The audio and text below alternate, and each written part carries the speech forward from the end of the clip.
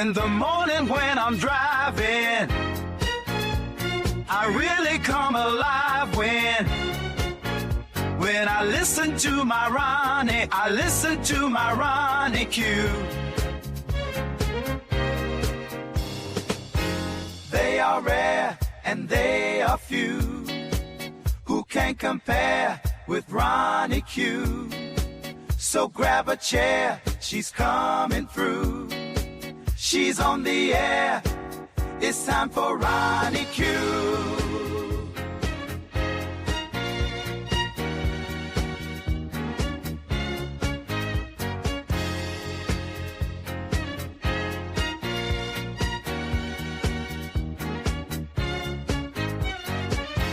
They are rare and they are few who can compare with Ronnie Q.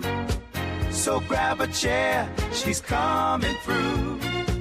She's on the air, it's time for Ronnie Q. Ronnie Q. It's time for Ronnie Q. Ronnie Q. It's time for Ronnie in the morning while I'm driving. Ronnie, I really come alive when it's time for Ronnie Q. I listen to my Ronnie. Ronnie, I listen to my Ronnie. It's time for Ronnie Q.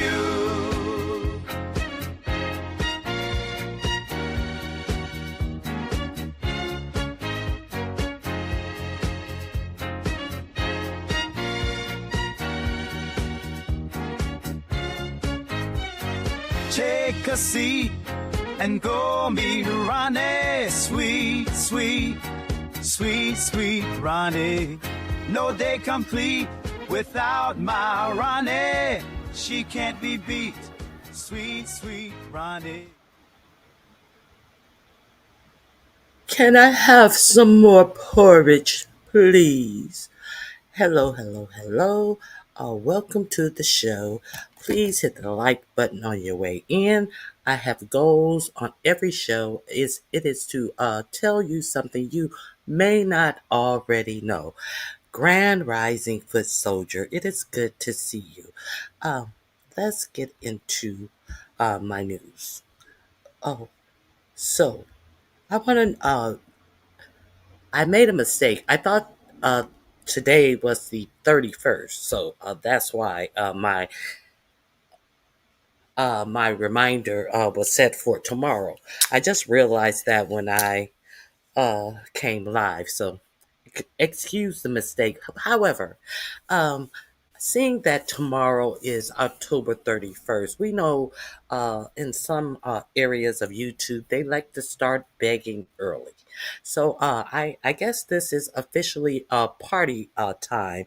I guess it's the official holidays, even though some people will be in more need for Thanksgiving. I think this is the begging season in certain parts of YouTube.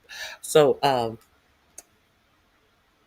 what I want to share with you, I was over at Tabitha Speaks, and I didn't hear all of her video, but she was saying that if you live in the uh, Atlanta area, that Pastor Jamal Bryant is having a food drive, and he is asking people to drop off food so they can help feed the people in the greater Atlanta area. So either go on his social media page. They are giving it out on I believe, the first and the third Saturday.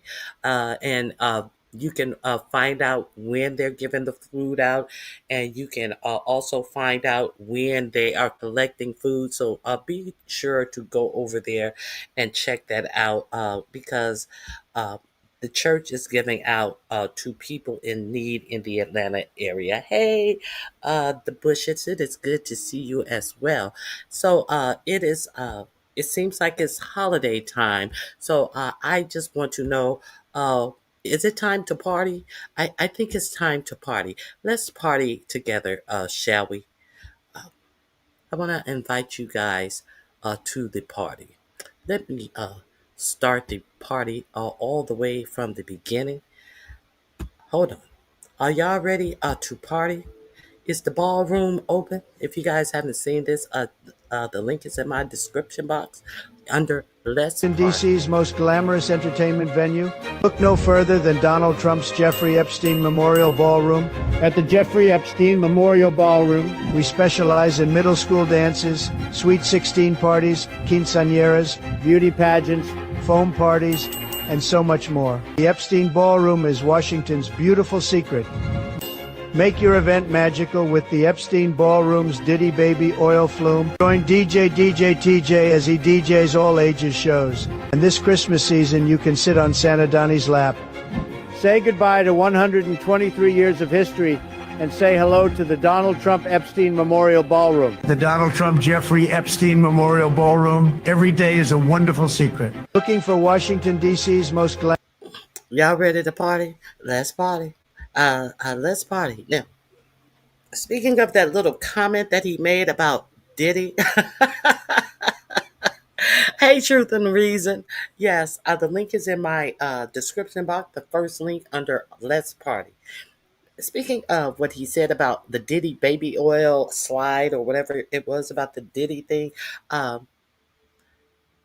Diddy's representative have admitted that they have asked him about a pardon. So um, I don't know if that's coming down the pipe soon. Stay tuned. So Diddy representation said that you know. Basically, he only got 4 years, and he's already spent a year in jail.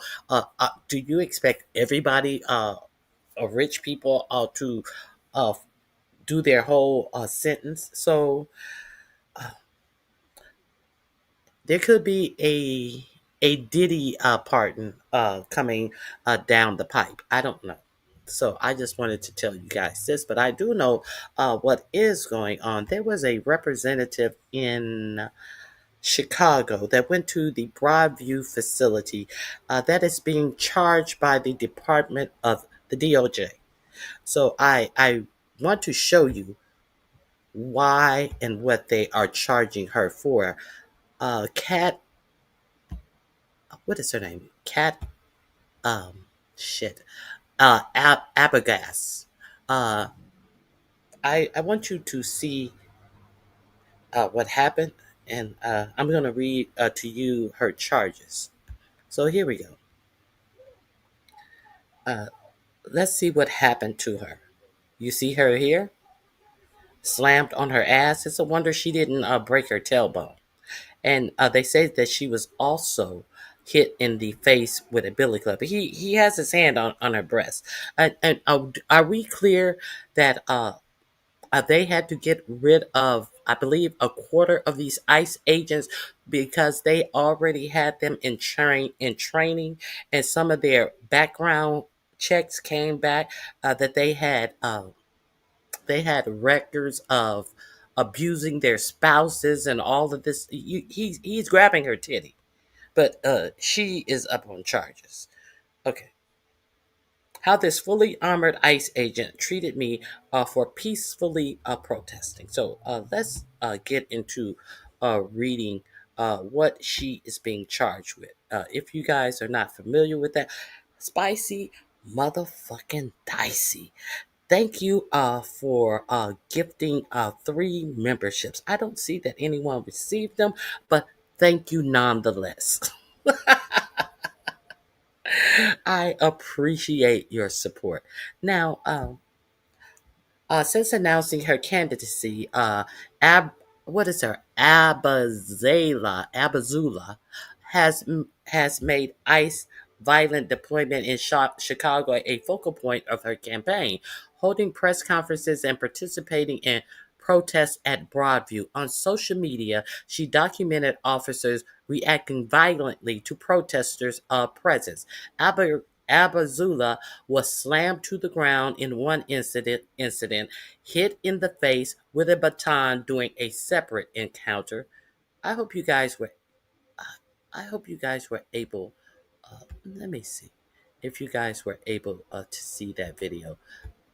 No, you guys weren't able to see that video. I forgot to take it off of and put it on the actual video of her being pushed to the ground while the ICE agent is holding her breast. It's a wonder she didn't break her tailbone. This is the woman. Uh, I I think she was. I think she is running for a congresswoman in some place in Chicago. You will see his hand is fully around her breast, and he throws her to the ground like that. But she's up on charges. One more time, last time. I want you to be sure you see it. The links are in my description box. So let's finish reading what is going on with her and her case. Since I had to come and sprinkle some piss in your life. Thank you, thank you, thank you. I appreciate it. Okay, so let me show you what she's being charged with by your Department of Homeland Security. Okay, here we go. Abba Zalia was slammed to the ground in one incident, and hit in the face with a baton during a separate encounter. Since I and others have exercises our First Amendment rights, ICE has hit, dragged, thrown, shot with pepper balls. There is also a person who is saying that instead of pepper balls, some agents have been putting marbles in the place of pepper balls and shooting them with marbles. So that is a complaint that one person in Portland is documenting. That is reported. I think it's in the Rolling Stone as well. Okay. ICE says a hit, drag, thrown, shot with pepper balls and tear gas hundreds of protesters simply because we had the gall to say that masked men coming into our communities, abducting our neighbors and terrorizing us cannot become our new normal. She said in the video posted today, and because Chicago doesn't back down from bullies en masse who tear gas our neighbors, this administration has resorted to weaponizing the federal justice system to scare us into silence. But we're not going to be silent. Abazula announced her bid to primary Representative Jan Schakowsky, a Democrat of Illinois, who has represented Illinois' 9th district since 1999. In March, soon after Schakowsky announced her intention to retire with her current term when her current term expires, setting the stage for the first competitive primary in the district in almost 30 years. Okay, so I just wanted to give you this information. So let's see what her statement is since she has been charged. So here we go. The name of this video is Trump's DOJ indicts a Democrat candidate, Kat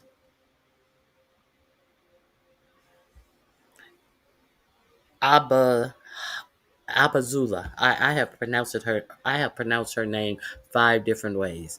Okay, here is her response after being charged. My name is Kat Abagazale. I'm running for Congress in the 9th Abazuzale. I said it right one time. No, I didn't. Okay.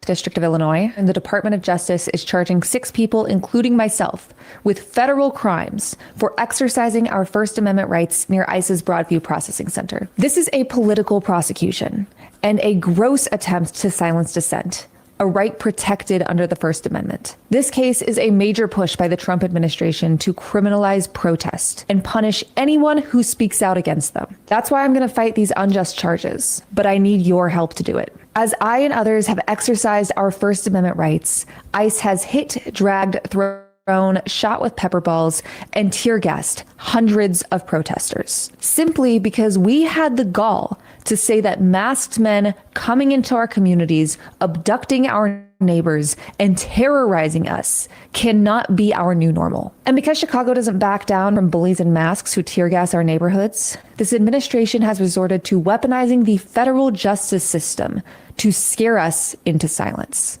But we're not going to be silent. The Trump administration wants you to be afraid of speaking out against it and its anti-democratic power grabs. And there are plenty of reasons to be afraid right now, but we have to overcome that fear. This case targets our rights to protest, speak freely, and associate with anyone who disagrees with the government. And while we have seen the unhinged and unlawful tactics this administration has used against the American public, it's important to remember they're doing this because they are scared. They are wrong. And they know they are on the wrong side of history. We cannot diminish ourselves in the face of these attacks.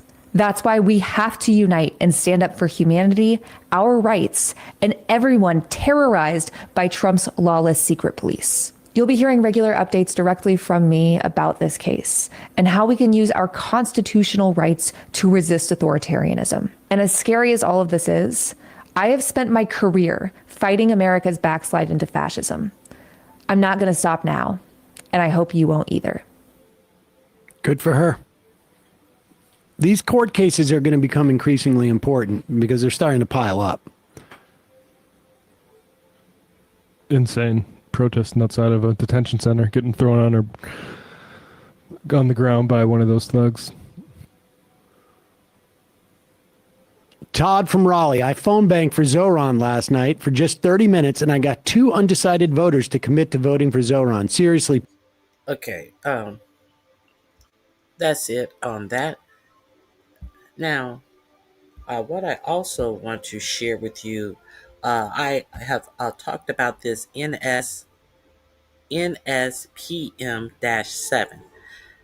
Now, a lot of people have actually gone underground. A lot of people have gone underground because of the threats from this administration to charge protesters as terrorists. So if you don't believe the hype, a lot of us have made Will's anti-fascist dig in as Trump cracks down. The president has given his administration a green light to go after activists who oppose his authoritarian regime. This is on today. It details a woman who goes by Prim. She used to be a nurse's aide. She is no longer a nurse's aide. She showed up in Portland, and she saw the protesters on one side of the street, and she went to cross the street and got shot with pepper balls. She is no longer a nurse's aide. She spends her time. She has been instructed how to lay low, wear all black, and to not be a target.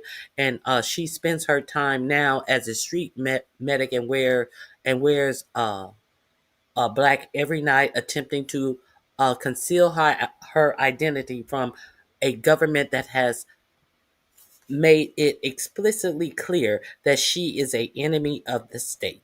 So for the past 10 years, the core of many Americans' Marad protest movement has been a dedicated activists who promote a ethos of anti-fascism, a nebulous term that has been used in opposition to police violence, brutal immigration policy, and widespread oppression of minority groups like the LGBTQ community.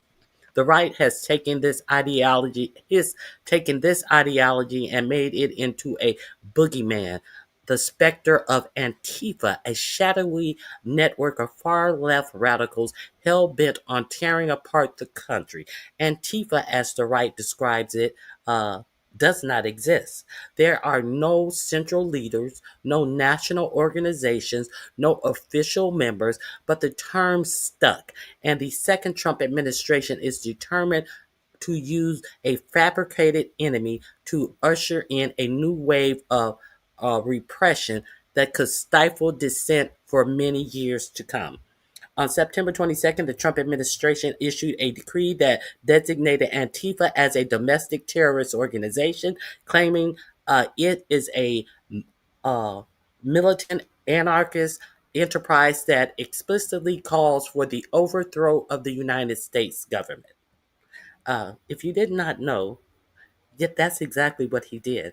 3 days later, the administration issued the United States the National Security Presidential Memorandum 7, the NSPM 7 Memorandum, a sweeping document that links an anti fascist organization with several instances of political violence, including the assassination of Charlie Kirk, and lays out an extremely broad framework, potentially allowing federal law enforcement to prosecute any entity deemed to be supportive of that ideology.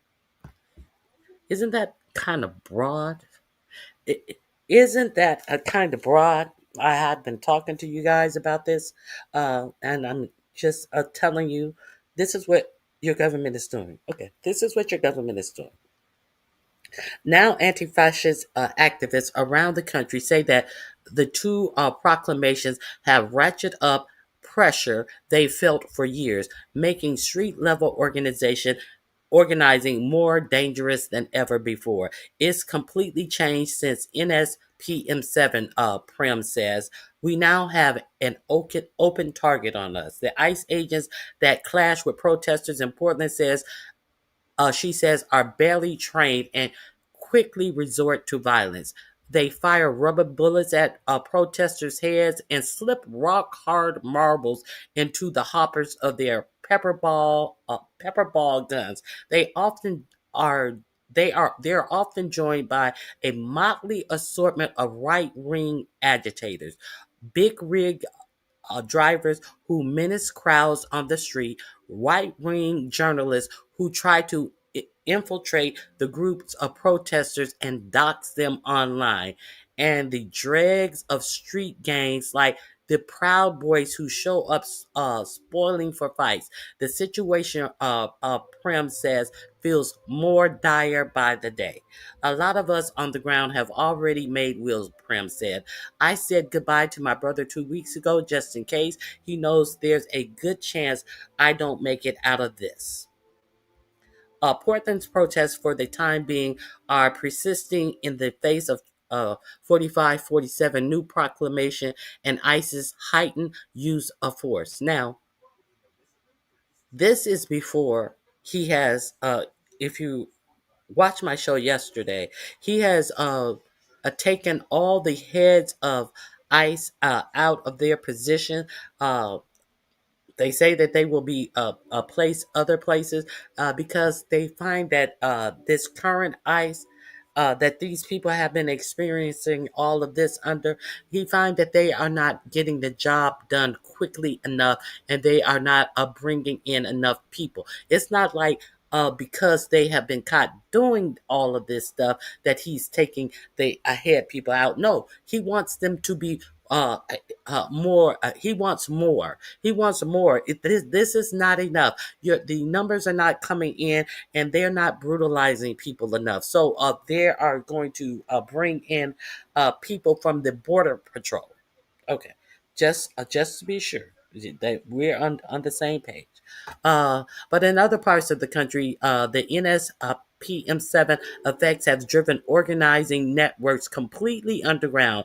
Activists have wiped chat groups and canceled meetings, scrubbing their online presences, and often taking a step back from organizing. And this is exactly what he wants. He wants to rid the country of protesting. He wants to stifle your right under your constitutional right to protest your government, and it's working if it's allowed to work. That's all I'm saying. Because what do I always say? If this immigration isn't what you want to protest, don't protest it. But it's going to be something you are going to want to protest. It's going to be something that you do want to protest.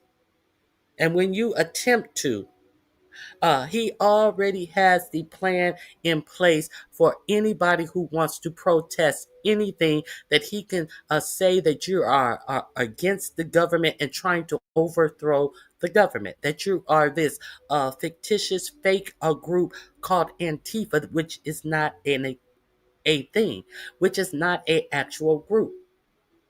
He wants to call anyone who protests the government domestic terrorists. Okay. So this is a let me see. Let me this is a very long.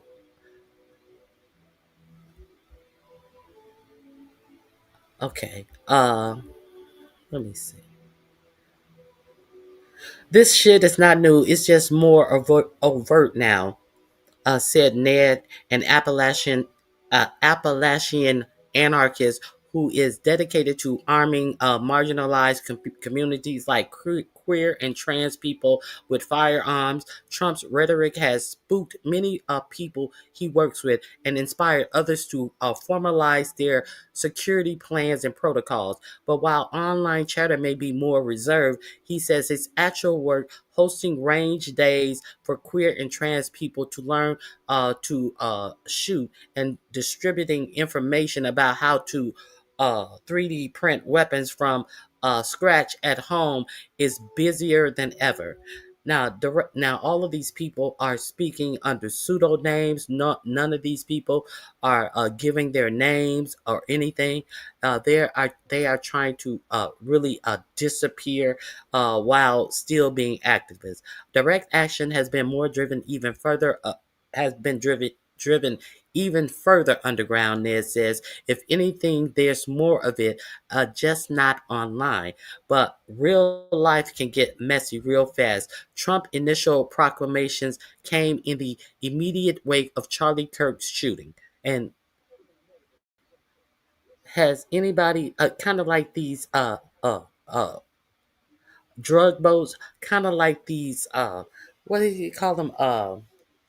Narco terrorist drug boats, where there has been no proof of who is in these boats, of if there were any drugs in these boats, but they are called narco terrorists, and they expect you to accept that they have the facts and they have never tried to show you any facts. Kind of like right after this Charlie Kirk thing, they blamed it on a left wing lunatics, and then they come up with this. So do you think they just came up with this, or did they say, "Hey, that happens. It's a good chance. It's a good time to implement this part of Project 2025. This is a great excuse. We don't have to know if it was a left wing person that killed Charlie Kirk. We just want to enact Project 2025 procedures to get the military on the street to shut down protests, and that is in Project 2025. Okay, immediately in the wake of the Charlie Kirk shooting and reference instances of violence like Luigi Mangione killing of Health CEO Brian Thompson. Now that happened. He wasn't even president when that happened. But you notice he didn't talk about the killing Melissa Horton, her husband, the shooting of another, I think it was a congressman in Minneapolis, and their husband that same day. Notice none of that was mentioned in there. Why? Because that was one of his own strong supporters who did that. Make any of this make sense? Okay. So let me see. The administration stance is evident in its response to real-life violence as well, which has left activists on the ground scrambling in Texas, for instance. Shooting at two ICE facilities prompted a swift and total crackdown, demolishing the fragile network of activists and bringing new waves of federal charges. One of the shootings, an attack on ICE of officers outside of a detention facility in South Dallas, was perpetrated by a man formerly associated with a loose network of left-wing gun rights organization that rose to prominence in 2023. The government arrested at least 14 people in connection with the shooting. 14 people, charging 11 of them with attempted murder and terrorism-related offenses, per the Washington Post. Discords, Discords, chat groups, and social media accounts were scrubbed overnight, and the FBI raided houses. One source told me that even innocuous, long-standing groups like local Food Not Bomb chapters started wiping data and batten down the hatches, fearing that the federal crackdown wouldn't stay contained to those accused of an actual crime. Okay. People got scared. People got scared, and they haven't really come back. Okay. Part of the reason these crackdowns have been effective is that they've been tested before, including in Atlanta, where the state of Georgia's campaign to label protesters as domestic terrorists has crushed the structure, if not the spirit of the Stop the Cop movement. The movement began in 2022 when the city of Atlanta released plans to build an expansive police training facility in a forest area of land on the outskirts of the city. In response, a flourishing protest encampment sprang up in the forest, morphing into a years-long battle between the police and activists that left one person, Manuel Terrain, dead after a police shooting. In a shocking weaponization of the justice system, Georgia's Attorney General Christopher Carr used a 2017 statute passed after the Dylan Roof shooting to arrest and charge dozens of protesters with domestic terrorism. Now, how can you charge people who are protesting that big cop facility that they wanted to train all them cops in Atlanta? How can you charge people who are protesting, putting that in their community, with anything attached to Dylan Roof, who went into a church and shot up all of those people in that black church?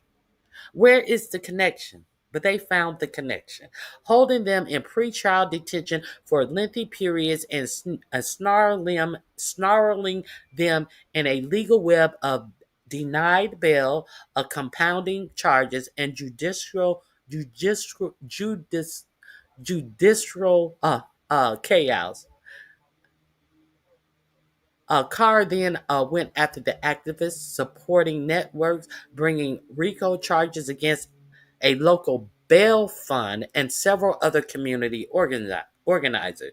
President Trump has clearly learned from these tactics, floating the idea of slamming George Soros and various networks of left-wing nonprofits with RICO charges based on their connection to protesters. In Georgia, many of the charges and many of these cases entirely have been dropped or shot down by rational judges, but activists say that the initial shock of the prosecution was the whole point. The formal legal underpinnings of these tactics can't hold water, says Marlon Kutz, a spokesperson for the Atlanta Solidarity Fund, the bail relief organization that was slapped with RICO charges. So they had an organization to get bail for these people, and they slapped RICO charges on the organization that was trying to get these people out on bail. But it doesn't matter, because the goal is not successful prosecution. It's the disruption of their political adversaries. Okay, so the objective is to make activists feel as if the safest, smartest thing to do is to disengage with political activism until things cool down, Coots said. The challenge is how to continue being an activist in the face of that fear, because giving in to that fear is just defeat. There is no way to succeed by taking a step back or keeping your head down for a while. So the link is in my description box. Let me see. In New York, Los Angeles, and Portland, many people are, and many other cities, plenty of activists aren't keeping their heads down. Some protesters have taken to showing up with whimsical costumes, like in the inflatable frogs, chicken suits, giant foam hot dogs, and more. Many of these protesters are peacefully, especially the ones that draw large crowds every day. America is upset with Trump's increasingly authoritarian administration, but there are always men in uniforms with guns. There are always fingers on triggers. We can't predict what's going to happen, Prim said in the medic in Portland. All we can do is be as mentally prepared as possible to take care of each other, and not only on the ground but outside of it as well. So this is what's going on uh, in your government. I thought I would share that with you. Now there is something else I want to share. I shared with you on yesterday how ICE have how they have given ICE all of this money and technology, and I talked about how they are using iris scanners, how they are using face recognition uh, software to recognize people, and to immediately tell them if they are a citizen of the United States. So ICE has a very huge budget. They are able to turn on your they are able to turn on your telephone. Hey, Detach, good to see you. Hey, Bush baby. Hey, Lena. Hey, K-Fit. They have the ability to turn on your telephones and all of this stuff. Listen, go through everything that is on your phone. Listen to your surroundings. Turn your camera on. ICE has all of this technology, face recognition technology, all of this. Now, ICE and CBT agents are scanning people's faces on the streets to verify citizenship. I'm pretty sure if you guys have watched any of these ICE raids, you have seen them with these cameras in people faces. So I'm pretty sure you've seen them put these up to cars. Um, you don't got no ID. A border patrol agent in a baseball cap, sunglasses, and neck gaiter asks a kid on a bike. The officer and three others had just stopped the two men on their bikes during the day, in which a video documenting the incident says in Chicago. One of the boys is filming the encounter on his phone. He says in the video he was born here, meaning he would be an American citizen. That's what I was born here always mean. That always means that you are an American citizen. Okay,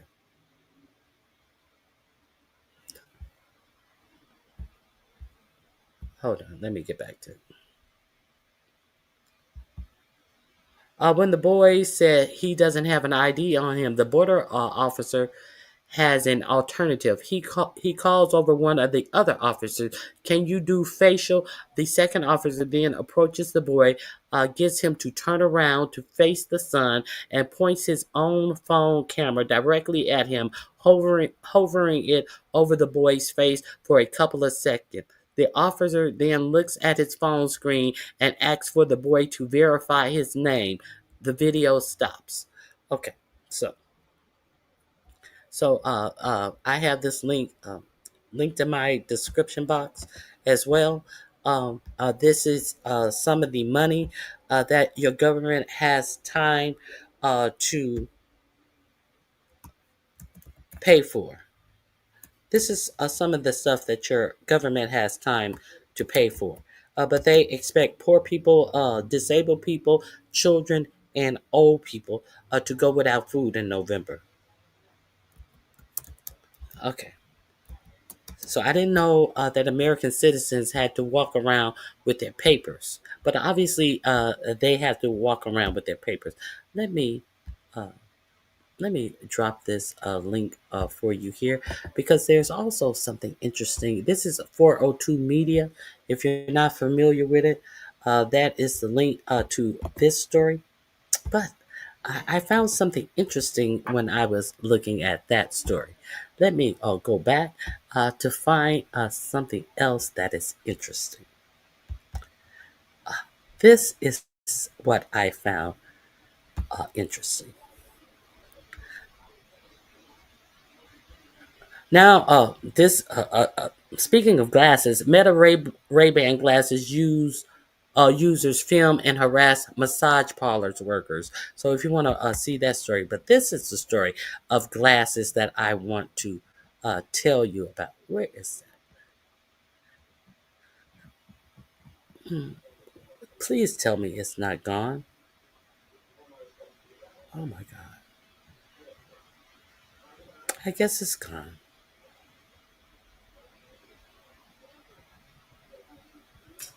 Is it gone? It's gone. There are some glasses that are being sold that has a film on them that prevents this facial recognition technology to be able to scan your retinas or identify your face. That story was on here earlier. My goodness, it's gone. It's gone. Oh, I forget what company sold these glasses. I was going to give you guys a heads up. Let me see. Here it is right here. Here we are right here. Azini's anti-facial recognition glasses are eyewear for our paranoid age. Uh, so here we go. Uh, do they work? Yes, technically, according to testing conducted by 404 Media, Zini's ID guarded glasses block infrared light. It's impossible to open an iPhone with facial ID while wearing them, and they black out the eyes of the wearer in photos taken with infrared cameras. So, however, ID guard glasses will not at all stop some of the most common forms of facial recognition that are easily to access and abuse. If someone takes a picture of your naked face with a normal camera in a broad daylight while you're wearing them, there's a good chance they'll still be able to put your face through a database and get a match. Oh, well, what the fuck? What good are they? For example, I took pictures of myself wearing the glasses in normal light and ran it through Prim Eyes, a site that lets anyone run facial recognition searches. It identified me in seconds, even with the glasses. One of the biggest dangers of facial recognition is not a corporation running an advanced camera with fancy sensors. It's a angry Taylor Swift Taylor Swift fan who doxes you using a regular picture of your face. Zenni is offering some protection against the former, but it can't help with the latter. Okay.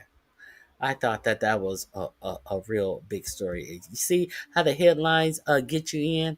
Okay, so fuck that. Fuck that story. It doesn't work. Okay, so let me see what else I wanted to talk to you about. There are other things that I wanted to talk to you about. Did Ken Klippenstein? No, Ken didn't have anything for me this morning. So let me move forward because there are a couple of things I want to talk to you about in the news.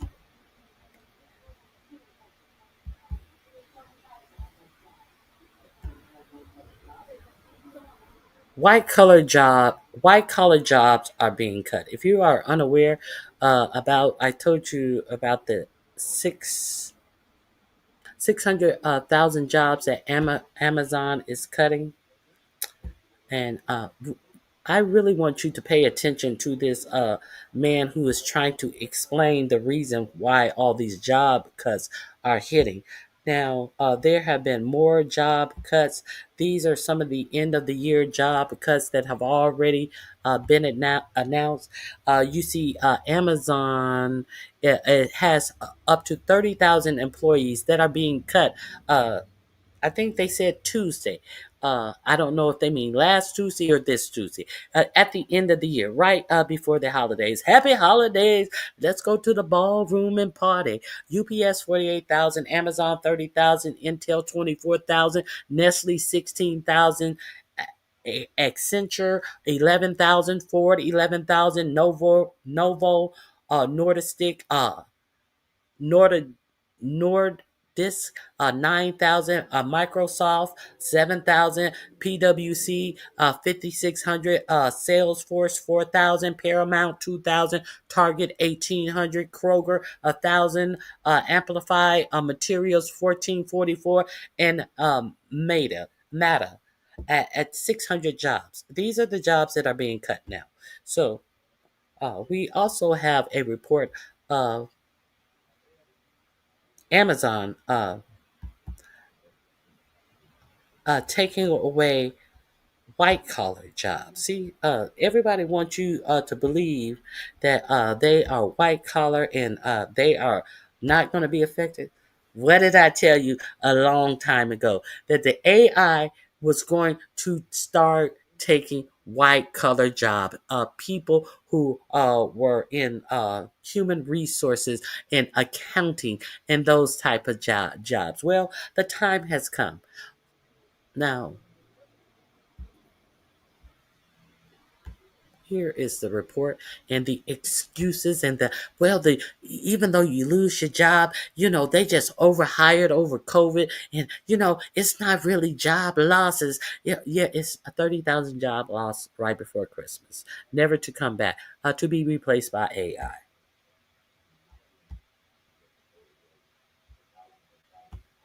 And that was continue to follow the story we heard about at the end of the previous hour, and that was Amazon reportedly planning to cut as many as 30,000 corporate jobs beginning on Tuesday. Our senior economics correspondent Steve Leisman joins us with more. Steve, it's a big number, and it's a big story in how we're thinking about as we look at AI-related stocks, and we think about all of the optimism and all of the money that is being thrown towards this transformational technology, the impact negatively that it's going to undoubtedly have on tens of thousands, hundreds of thousands, millions of workers in this country over time. I'm wondering how, as an economist, you're looking at this kind of an announcement and thinking in the bigger picture what it's going to mean. Well, first of all, Scott, this is a Reuters story that we haven't confirmed. It seems like for sure this is happening. It was something that they previously announced. Not all of it, it seems to me, Scott, we can attribute to AI because there's a bunch of things going on at Amazon. To the extent it is AI, I will tell you that it seems clear to me that this stuff's happening faster than we envisioned. And the first part of that, I think, is that going back to a speech by Fed Governor Waller, who talked about this essentially a J curve where things get worse before they get better. People are displaced from their jobs, and the new jobs that tend to be created by technology have not been created yet. The fields don't even exist in some of them. So there will be some help on the back end. So, this is due to something called a J curve. Motherfucker, I don't need you to introduce anything new to me about somebody in the 30s created something called a J curve. This is a curve to the fucking sidewalk. This is a they walking your ass out of your office to the street curb. This is what this is. This is 30,000 people losing their job. And as far as someone losing it to AI, some of these jobs may be recoup because they haven't developed the new jobs that AI is going to create new jobs. I thought AI was to streamline the process and to get more done with less people. That is the whole premise of using AI. So he wants you to feel okay because you're losing your job, but there are going to be some new jobs that come about having AI. They just have not been created yet. Okay, so there's that bullshit I wanted to show you. And I also have a couple of more that I want to show you about the jobs in the United States. Uh, while people wanted to make you feel like you were less than and you were the people who were going to lose your jobs. So, come to find out, the best job is a trade. You know, Ronnie Q said college is not made for everybody. You can make good money in a trade. It seems to be like that is one of the jobs that cannot be targeted. So let's get into this.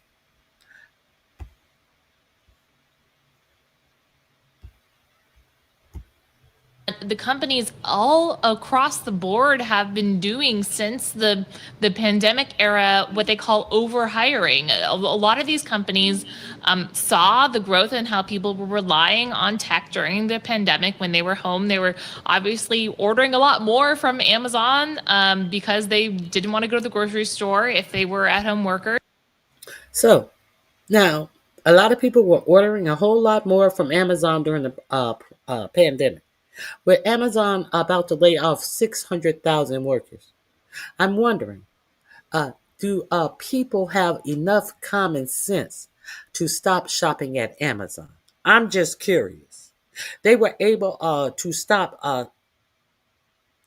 some of us with good common sense were able to stop shopping at Target. I'm wondering. Because people think that it is a flex to get an Amazon package. People think that it is so, I'm so busy. I have this chat to go to, that chat to go to. I have these dumb stories to remember, and ooh, it's going down on this channel. I don't have time to take care of myself and shop for myself and save money for myself and being conscious about where I spend my money. So I'm wondering, will Amazon feel the effects for saying that they are getting rid of 600,000 jobs, 600,000 more people are uninsured, 600,000 more people not having health care, 600,000 people not being able to pay their bills? And I'm wondering how many people are still going to shop with Amazon.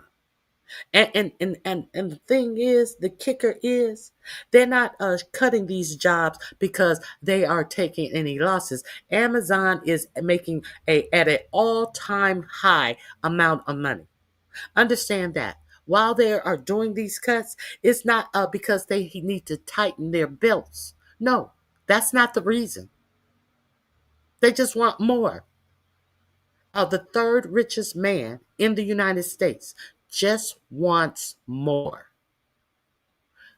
Okay. Do with that as you choose. Now, there's something else that I would like to share with you.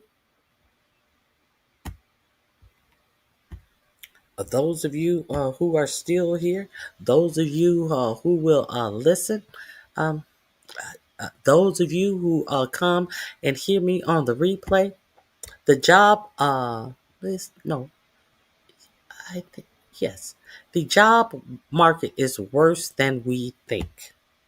We haven't been getting any job reports. There's a reason why.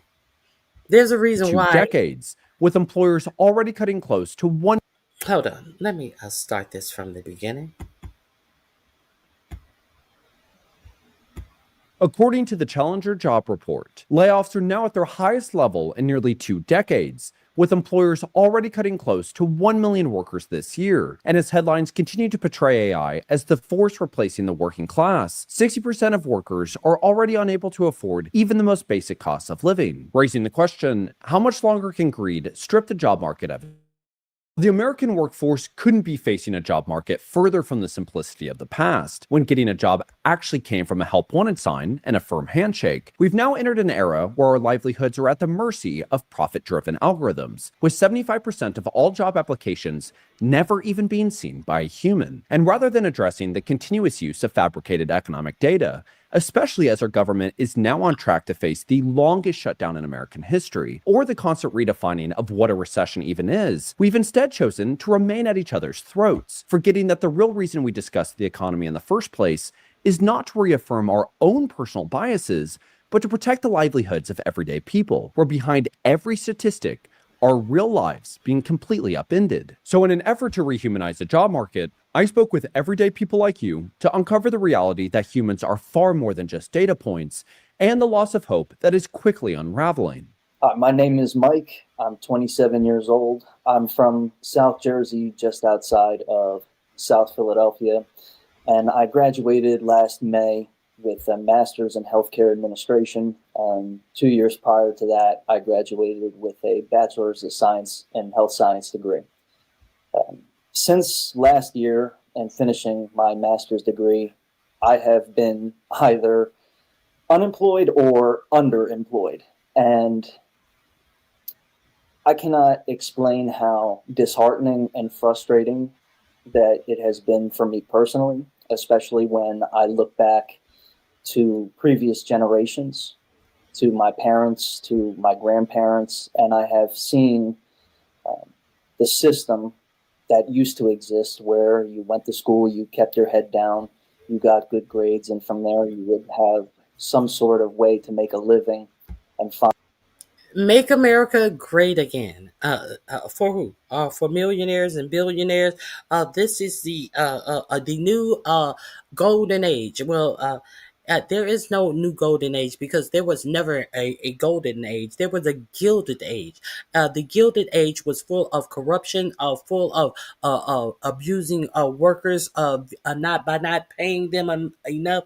The gilded age when all of the riches were going to the top, and there was a huge gap between the rich and the regular folks. Yet we're not in a new golden age. There was never a golden age. We're in a new gilded age. The same old shit that go look up the Gilded Age. I've done a video on the Gilded Age. While they're trying to pretend like everything is swimmingly well. Peace and prosperity, the American dream, if you will. And I just feel like I've seen it die out. And I think one of the biggest things that people don't understand is the disconnect in hiring that happens outside of just the application process. The nation's youth is emerging into adulthood, with nearly 90% of employers refusing to hire recent grads. This increased competition and desperation just to land an entry-level job has resulted in companies like ServiceNow reporting a 50% increase in internship applications this year, while Citadel saw applications rise by 65%, ultimately accepting just 300 of the 69,000 applications it received. And while society continues to ignore these growing issues, instead just repeating the same pull yourself up by your bootstraps advice, the reality is that these issues have far less to do with work ethic and far more to do with decades of offshoring quality jobs and chasing cheap wages, where since 1990, over 60% of all new paid, non-supervisory jobs created in the United States have been concentrated in low-wage, low-hour service roles, while the Business Higher Education Forum uncovered that there were an estimated 5.7 million fewer high-quality internships last year than learners who wanted one, resulting in a very stratified job market that is continuously stripping everything away from the applicant and offering nothing in return. Hi, I'm Alex Rothschild. I am a single mom and a military veteran. I was in the Coast Guard for 4 years, active duty, before I went back to college.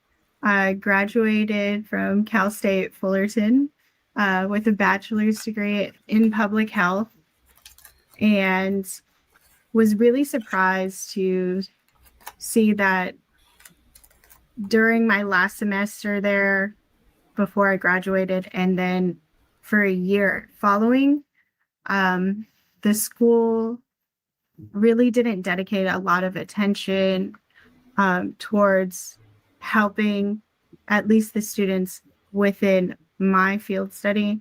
The director that I was working with for a year post-graduation stated that her knowledge on the job market came from working as a hiring manager, reviewing paper resumes in the 90s before computers really were utilized. I literally had to make the conscious decision to stop applying online.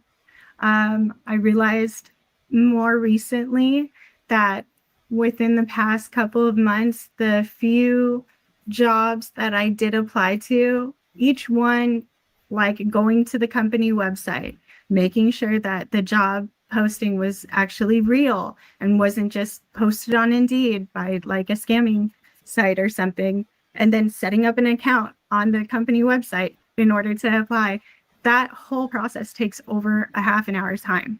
And on several of the most recent job postings that I did actually take the time out to apply to, I didn't receive the auto rejection letters until 6 months after I had submitted my application. So that told me that these people first were not looking for any, like, to fill any realistic position in any manageable time frame, but also were not willing to spend like even the most minimal amount of time to respond to me, like in a reasonable time frame. It's hard not to feel inferior towards like the massive I guess movement that most companies are taking towards eliminating entry-level positions. It's hard not to feel discussions of major companies utilizing or fully replacing human work with AI technology. And with Alex demonstrating the personal toll that job seekers face as companies pretend to be executing layoffs and replacing entry-level jobs due to AI, the reality is even more deceptive. Companies like Amazon, which have already cut roughly 10 to 12,000 employees this year and announced plans to eliminate another 30,000 roles attributed to AI, simultaneously rank number 1, 11, 24, and 49 among the top 100 companies approved for H-1B workers, totaling 14,365 new hires, or more than the number of official layoffs this year. You might also remember Amazon's Just Walk Out technology, a system that claimed to use advanced AI, sensors, and computer vision to automate checkout, when in reality, it partially relied on thousands of people in India who were watching and labeling videos to ensure transactions were accurate. Amazon even has an entire division known as Amazon Turk, dedicated to helping other companies do this exact same thing, train and operate AI systems through human labor, where thousands of freelancers around the world now call themselves M-Turkers, named after... So were you aware this is what who's Amazon paying and not and getting rid of American workers, America first? Are you aware of, are you going to still be shopping at Amazon? I'm just asking. I'm really curious. Let's continue. The story of the Mechanical Turk, an 18th century chess playing machine that was secretly operated by a man hidden inside, where this modern job market, built on a house of cards and a declining safety net, has left hundreds of thousands of people falling through the cracks, as we continue to forget the decades of sacrifices and hardships that men and women once fought for us to have. My name is Keith Ridge. I'm 31 years old. I live in West Lafayette, Indiana. My experience is I worked in IT for an email marketing company. I graduated from Purdue University. And the gist of my story is that the year is 2021, it is July, and I've just been laid off from my first ever job out of college. And I am filling out applications, about 10 a week, not just to every single thing that crosses my path, but things that I think I can actually do. What did you notice about all three of these people? These are people who have college educations. These are people who have college educations. If you do the right thing, you're going to get a job. Oh, really? Filled out over 500 applications in the first year, and I received one phone call. That phone call was from a recruiter who wanted me to pay for their services instead of, an actual job. So that did not go particularly well. Fast forward to 2022, My savings have run out. I was intending to use that money for dental work, but that did not happen, as you can see. So I filed for unemployment. I live in Indiana, as I mentioned, but so the amount you get from unemployment is not a whole lot. So I had to cut back even more on spending. And so about halfway through 2022, burnout was really starting to set in. I managed to land a single contract gig for 4 days for $50 an hour. So I know I'm marketable if I can get myself in front of the right people, but that's the hard part now, isn't it? I got 2 replies during that year, and neither of them were for a job that I applied for. They were both scams, the first of which I actually fell for. But I noticed something was up before they could actually do any damage, and the second one I just ignored entirely. Now we're here in 2025, and the job market has gotten even worse. My plan to wait out the downturn did not pan out. So that's where we're at now. And so I can't know this for sure because ghosting candidates is just normal. But I suspect a lot of the positions I find that are listed as fully remote are actually ghost jobs because they're the easiest ones to put up and then never call someone about. It starts to feel like, do I have value?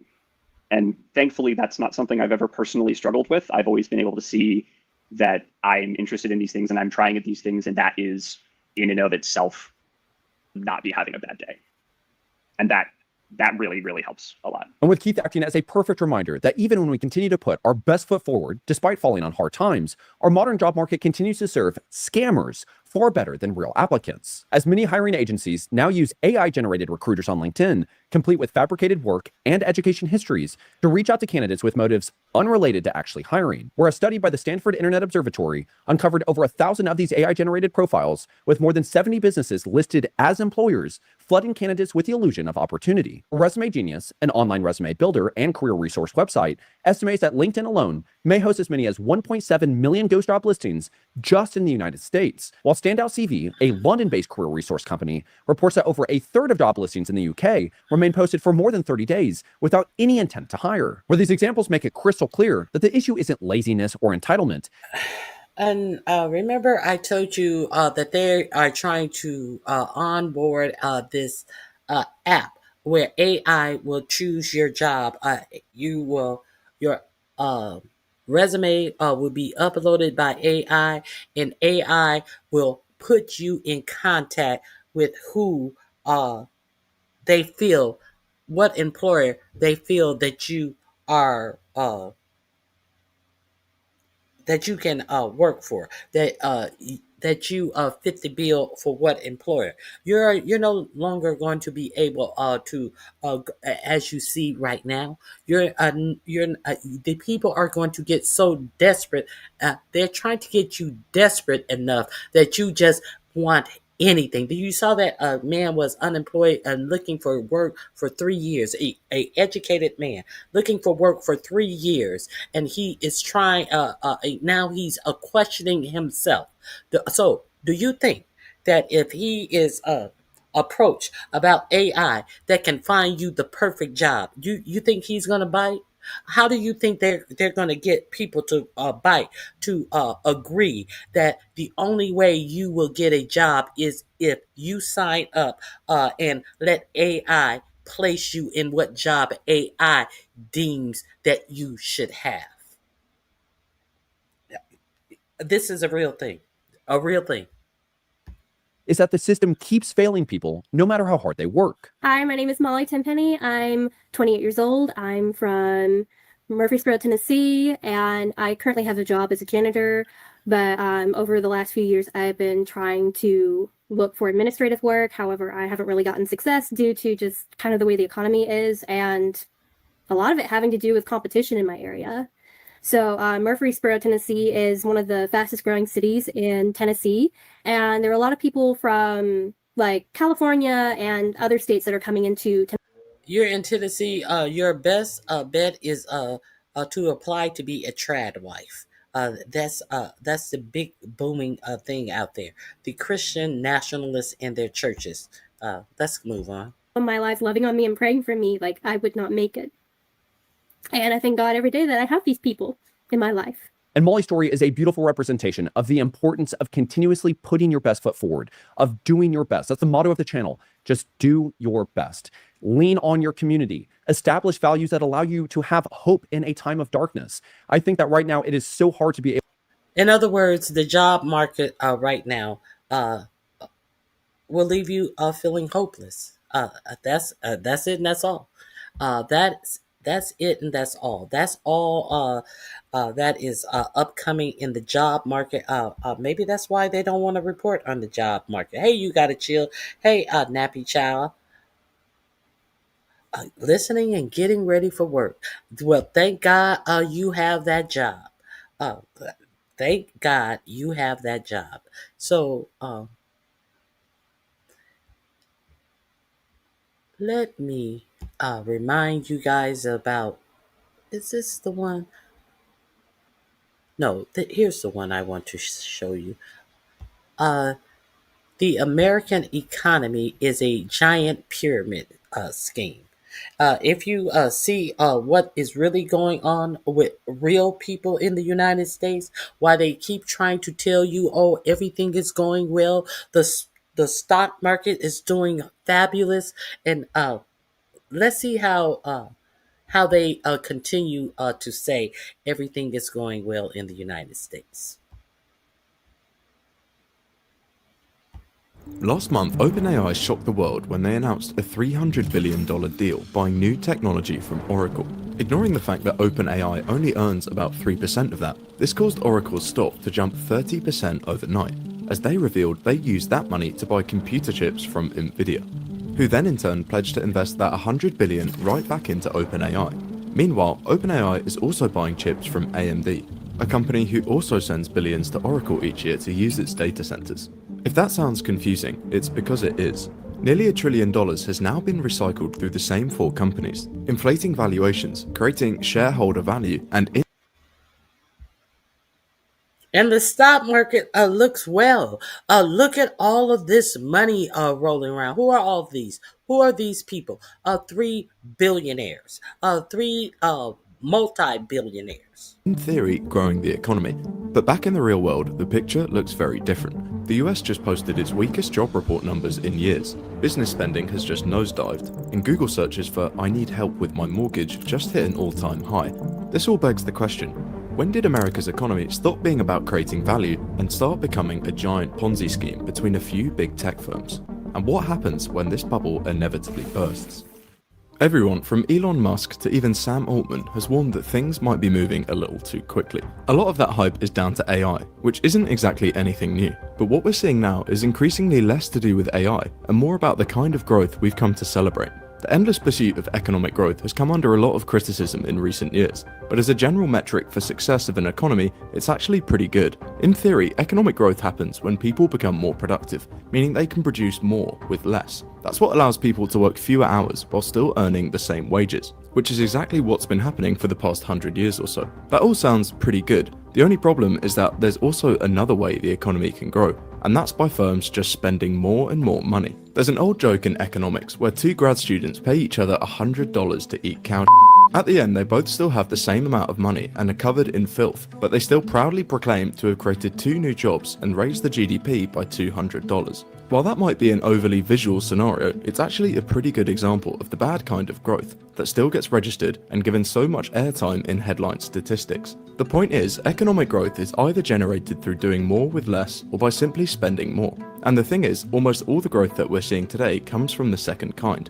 AI companies are burning through billions of dollars training massive large language models, building data centers, and hiring armies of engineers, all of which technically add to GDP, despite real wages for most workers barely moving. At the same And understand that these engineers that they are hiring are on H-1-2 visas from other countries that they are hiring, so they can pay them less than what they would actually have to pay a qualified American worker. Put that on top of that and eat that with it. time, the valuation of these companies has completely exploded. Since 2024, the US stock market has jumped more than 35%, but almost entirely thanks to a handful of tech giants like Nvidia, Microsoft, and Apple. Of course, this is all based on the expectation that AI will, at some point, actually help the real economy. The problem is, as time goes on, more and more examples are emerging of AI systems completely failing to deliver on their promises. One of the earliest and most expensive came from IBM Watson Health Initiative. It was pitched as a revolutionary way to integrate AI into healthcare, from helping diagnose cancer to personalized treatment plans for patients. But it routinely gave inaccurate and even dangerous advice, at one point suggesting aggressive cancer treatments for what turned out to be just a mole. To nobody's surprise, the project was eventually scrapped. but not after burning a $4 billion hole in the company's books. And this is And your government is having all of these AI people come sit at a table and give you all of these imaginary numbers that they are going to invest in the United States. Remember, Mark Zuckerberg got caught on a hot mic when 45, 47. What are you gonna do, Mark? Well, well, how much are you gonna invest? Maybe 5 or 6 billion. And then he got caught on the hot mic saying, you caught me off guard. I didn't know what number you wanted me to say. This is all bullshit. All of these contracts that these people are getting, burning through money. I showed you how Elon Musk was burning through money when he was shooting off those rockets that never launched or launched for a second, and then burnt up and fell apart. And he was saved by who? Peter Thiel. And after that fourth rocket launch, he got, I think it was 1.2 or 1.4 billion contract of your money, the taxpayer dollars. But they cannot give the United States citizen decent health care. They can't even pay them during a government shutdown because they don't want to. It's not like they don't have the money. It's not like anything. They don't want to. They want to hurt you. But this is what they're doing. They just recently had another billionaire ball of people who were contributing to that gaudy ass ballroom last week. So that's what I wanted to tell you. Did I speak nappy? Yes, I spoke nappy, child. So let's see more about this Ponzi scheme. I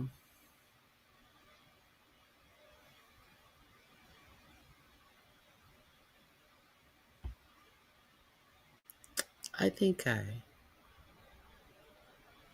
big tech's fake revolution. Let's see how big tech is faking a revolution.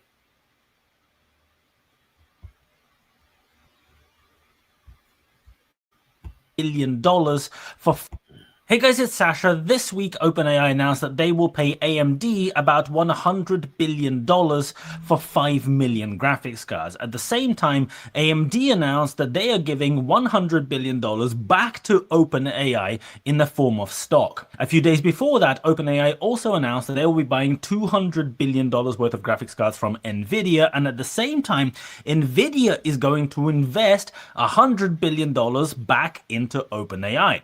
The problem is, NVIDIA doesn't have $100 billion to give to OpenAI. But that's where the third deal comes in, because OpenAI is going to give Oracle $300 billion to use their data centers. Oracle is going to take the $300 billion and walk it across to NVIDIA to buy approximately 3 shit tons of graphics cards to shove into their data centers, so that those data centers can actually be used by OpenAI. And then NVIDIA is going to take this money that they just received from Oracle and use that money to invest in OpenAI. Did you get all that? No? Well, don't worry, because in this video, I am going to explain a completely unrelated concept called round tripping. Round tripping is a common type of fraud where companies just pass each other the same money in a circle to mutually inflate their valuations. A fraud, a absolute fraud. And they want you to believe that the stock market is doing so well. And these are the main companies that has this stock market so inflated because they're pretending to pass money, pretending that their companies are so valuable that they are doing this type of business with each other. Make it make sense. Not the jobs report are not coming out. See all of these layoffs happening. But we are supposed to be happy about a motherfucking ballroom and how much these tech billionaires have donated to a motherfucking ballroom. By pretending that they are doing more business than they actually are. It's like if there were 3 people standing in the room, right? And each one of them had a business. And all of those businesses were brand new. They've never made any revenue. Then business A goes and gives business B $100 and says, thank you, it's a pleasure doing business with you. Then business B takes that same $100 and goes and pays it to business C for, I don't know, some services. And then business C takes that same $100, goes back to business A and pays that $100 back. So now each business has $100 worth of revenue. OpenAI's current valuation is 50 times their annual revenue. So that would make each of these 3 companies that just passed around a $100 bill worth $5,000. And you can raise money at that $5,000 valuation and collect a whole load more than that $100 from investors. That means that when they go to investors to collect the latest funding round, their valuation will be $5,000. And they can then use all the money raised to pay themselves really fat salaries, have a pretty good time. Now, round tripping is a practice that is generally considered illegal in the United States and many other countries around the world because it artificially manipulates the market. It artificially pumps the stock. It's a form of securities fraud. So clearly, just so there is no misunderstanding, I could not possibly insinuate or suggest that the tech bros at all of these companies would be doing something that is illegal to enrich themselves. That is 100% definitely not what's happening here.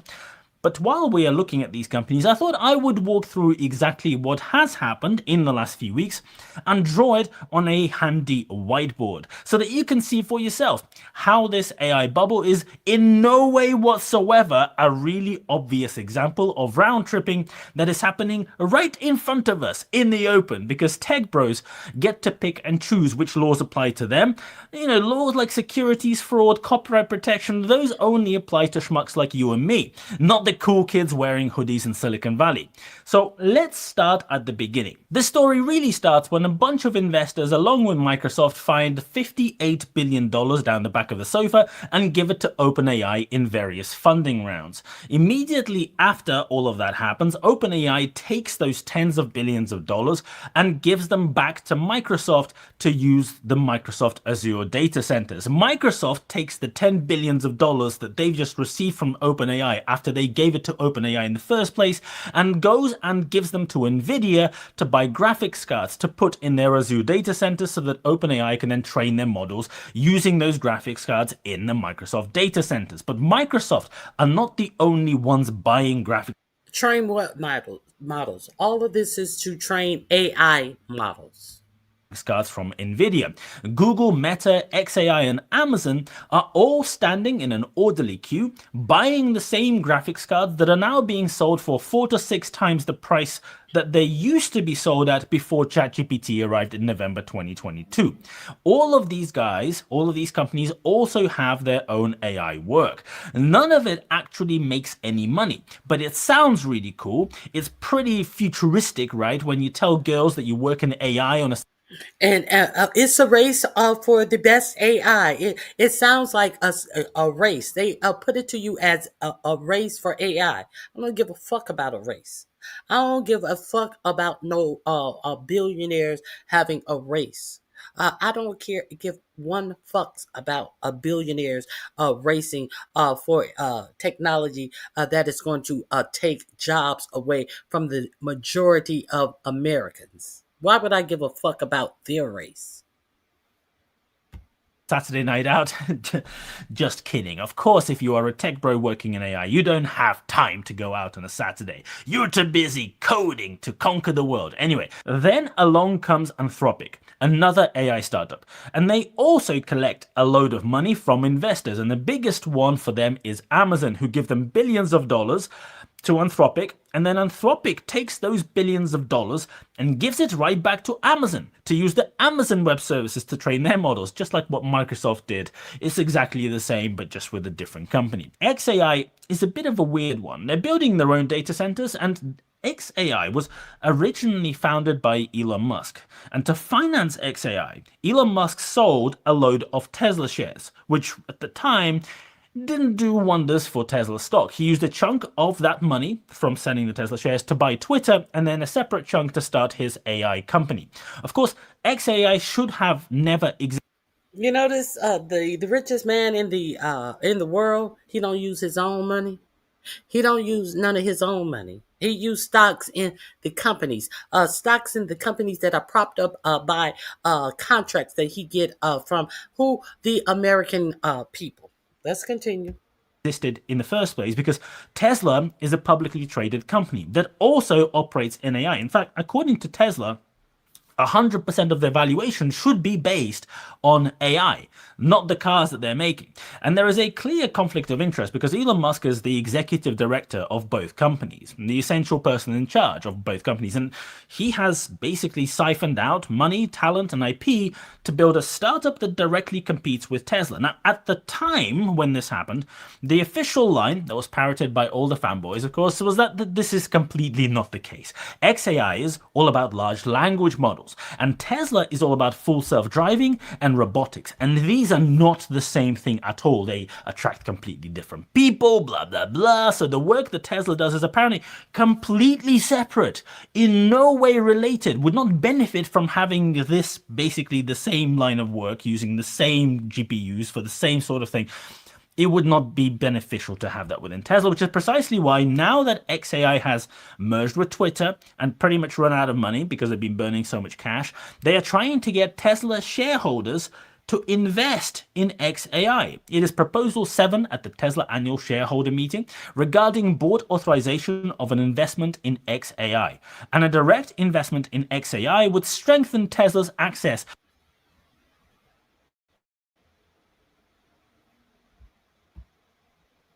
to cutting-edge AI technologies, talent, and intellectual property. You know, the things that Tesla would have access to anyway if Elon Musk did not siphon that entire business line out of Tesla, but the Tesla fan club on Twitter is wildly celebrating this opportunity, this proposal to hand over loads of money to xAI because they, I think, suffer from Stockholm Syndrome. But I digress, a bit of a tangent. xAI also just collected some funding from, drumroll, NVIDIA. And that lets xAI take the money that they just received from NVIDIA to buy more NVIDIA graphics cards for their Colossus 2 data center that they are building in Memphis.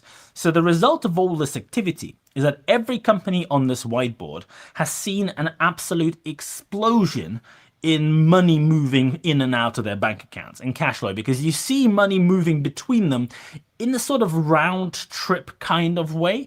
And the biggest benefactor of this has been NVIDIA, whose share price has gone up over 1,600% since ChatGPT arrived less than 3 years ago. So now that NVIDIA is rich, they are printing money.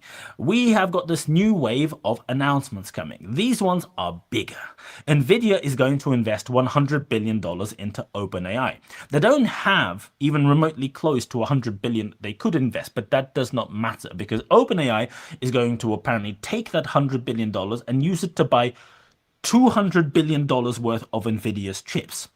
OpenAI recently had to raise $6.6 billion because the company is currently burning money. They're burning over $1 billion per month before accounting for CapEx. With CapEx, I don't know, but presumably they're probably spending a few $billion a month. I don't know. So the company that is currently absolutely incinerating money, losing a shit ton of money every month and keeps doing funding rounds for relatively small amounts to keep them going, is going to buy $200 billion worth of chips from NVIDIA with the $100 billion worth of investment that they're getting from NVIDIA. You're following this? This makes complete sense.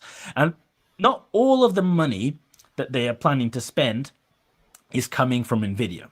there is more. Remember, they also said that they will pay $300 billion to Oracle to use Oracle data centers. And Oracle is going to pay those hundreds of billion dollars to NVIDIA. And NVIDIA is going to collect those hundreds of billion dollars from Oracle and use that money to invest more into OpenAI. And then remember that we also have the AMD deal that just came out. OpenAI will buy $100 billion worth. It doesn't seem that you can go less than $100 billion now. That's the minimum. That's the minimum of a good AI announcement. They're going to buy $100 billion worth of AMD graphics cards alongside the NVIDIA graphics cards. But because they don't have the money to do it, AMD is giving OpenAI. Okay. It goes on and on and on. It's a whole Ponzi scheme.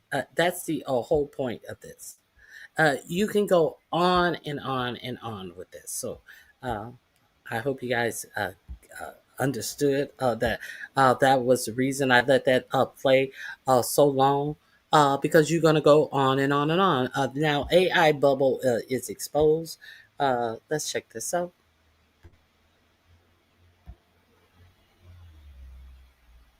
Over what I'm talking about as we go to the details of the news today. This was the headline then from CNBC.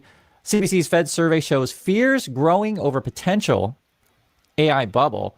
I'll just say this, it's not a potential, it's totally a bubble. It's easy to see. And when essentially the big CEOs have to tell you, no, it's not a bubble. I mean, it's definitely a bubble. NVIDIA CEO, that's Jensen Huang, downplays AI bubble fears as he enlists new partners. He's like, no, it's not a bubble. I got new friends, and we're all telling you together it's not a bubble. Big tech to report earnings under specter of AI bubble. And basically the companies will report their earnings, how much money they're making. And we'll see this week if the bubble is popped. You're talking about what? Microsoft, Alphabet, Amazon, Meta, right? All the big companies. It says, as America's tech titans report earnings this week, one question looms large. Is the artificial intelligence boom that has inflated valuations headed for the next big bubble? I'll tell you, yes, it totally is. I mean, this is the talk. And the thing is with the bubble, I'll be frank with you guys, you can make money in a bubble, totally. You buy at the beginning, you sell at the top. But that's the question, when is the top? And when is the whole thing going to explode? And this is basically, it's going to be something. Something's going to trigger it, and then everyone will start panicking, because if you understand how these things work, everyone's borrowing money, everyone's making all of these big investments off of the anticipation that this technology will pay off someday and show profits someday. That's basically what it boils down to. And, you get these big fund managers. Ray Dalio says a risky AI market bubble is forming, but may not pop until the Fed tightens. Oh, okay. So maybe the bubble can keep on and going. Why? Because remember, Trump, he wanted to put his people in the Fed to keep rates low and just keep the borrowing going. Because, when in doubt, borrow more. And when in doubt, print more. Right? Bridgewater Associates founder Ray Dalio on Tuesday warned that a bubble could be forming around mega cap technology in the U.S. amid artificial intelligence boom. This is literally the headlines all the day. It was all about whether or not we're in a bubble. There's a lot of bubble stuff going on, he says. Great. But bubbles don't pop really until they are popped by tightness of monetary policy and so on. We're going to be more likely to ease rates than to tighten rates. So that's true, that they're probably going to cut rates maybe one more time. And Trump's going to try to stack the Fed so they, I guess, cut rates to zero and borrow to infinity. I'm telling you guys that not only borrow to infinity, also print money to infinity, because this is a declining empire. They have already announced that they are going to start printing money again. Why? Because there are it is so expensive to live in the United States, and there are no jobs. There is no upward mobility. That's called stagflation. And that is what we are in the middle of. So they will be printing off money like they always do to try to boost the failing economy. Let's continue. So this doesn't end well when that's your whole plan. This is keep borrowing more to develop this technology to ultimately replace people, and then no one has a job. And so how is this going to end up when the U.S. economy is like 70% GDP is consumer spending, right? Basically, USA is a bunch of shoppers, and you need to have people have jobs. And you need to have money to be shoppers. So you don't fire people, we're going to fire you too. We'll get someone else who will fire people. And this is what it's called here. It said the new guidelines were outlined in a September 30th memo titled, quote, separation of employees with unacceptable performance. So that's what they're going to say. They can say whatever they want. They also say here, this was an employee says, looks like we are all at-will employees now. That's coming from a civilian contractor, right? And another person says here, the sooner we have the right people, the sooner we can advance the right policies. Okay, so that's, I guess, Hegseth. And then the memo makes it much easier for managers to fire government civilians working for the military. It also warns that managers will be held accountable if they don't address the, quote, poor employee performance, right? So that's Trump administration. We're going to fire as many people as we possibly can and replace you with robots. And then, if we don't go after... Okay, so now defense contractors are going to be fired. They are against DEI. So I wonder how many black people who have defense contracts will be fired. Maybe some of them are the ones who said that 4547's policies were good for America. Okay, that's it. Say those people, then we're also going to go after as many farm workers, construction workers, right, delivery drivers, all this stuff. And now we're bringing ICE in to testify because what are we doing? Are we using tear gas on everyone now? Judge intensifies oversight of agents in Trump's Chicago immigration crackdown. So I guess they're testifying right now. And that's, I think Bongino's his name or something. The Trump people are actually putting him on their video today. And if you actually want... Okay, so I just wanted you to see this is the guy who is over ICE, who is bringing in not Homeland Security, border security. This is the main person over ICE. Okay, let's continue. You need to see him in his trench coat as well. Watch this video. I'll just be frank. It's a 30-second video, actually 29-second video. It made me dizzy watching it. I'm not making it up. It was like this weird techno music, and it says here, "We will not be stopped. We refuse to back down for our mission in America." And he's given, we'll just say, salutes that we saw Elon Musk gave before. And I wish I was making it up. And it's no, this is what he wasn't waving. He was giving hand gestures. Back down for our mission in America. And he's given, we'll just say, salutes that we saw Elon Musk gave before. Weird techno music, and it says here, "We will not be stopped. We refuse to back down for our mission in America." And he's given, we'll just say, salutes that we saw Elon Musk gave before. And I wish I... So black people don't think that they have any reason. I was making it up.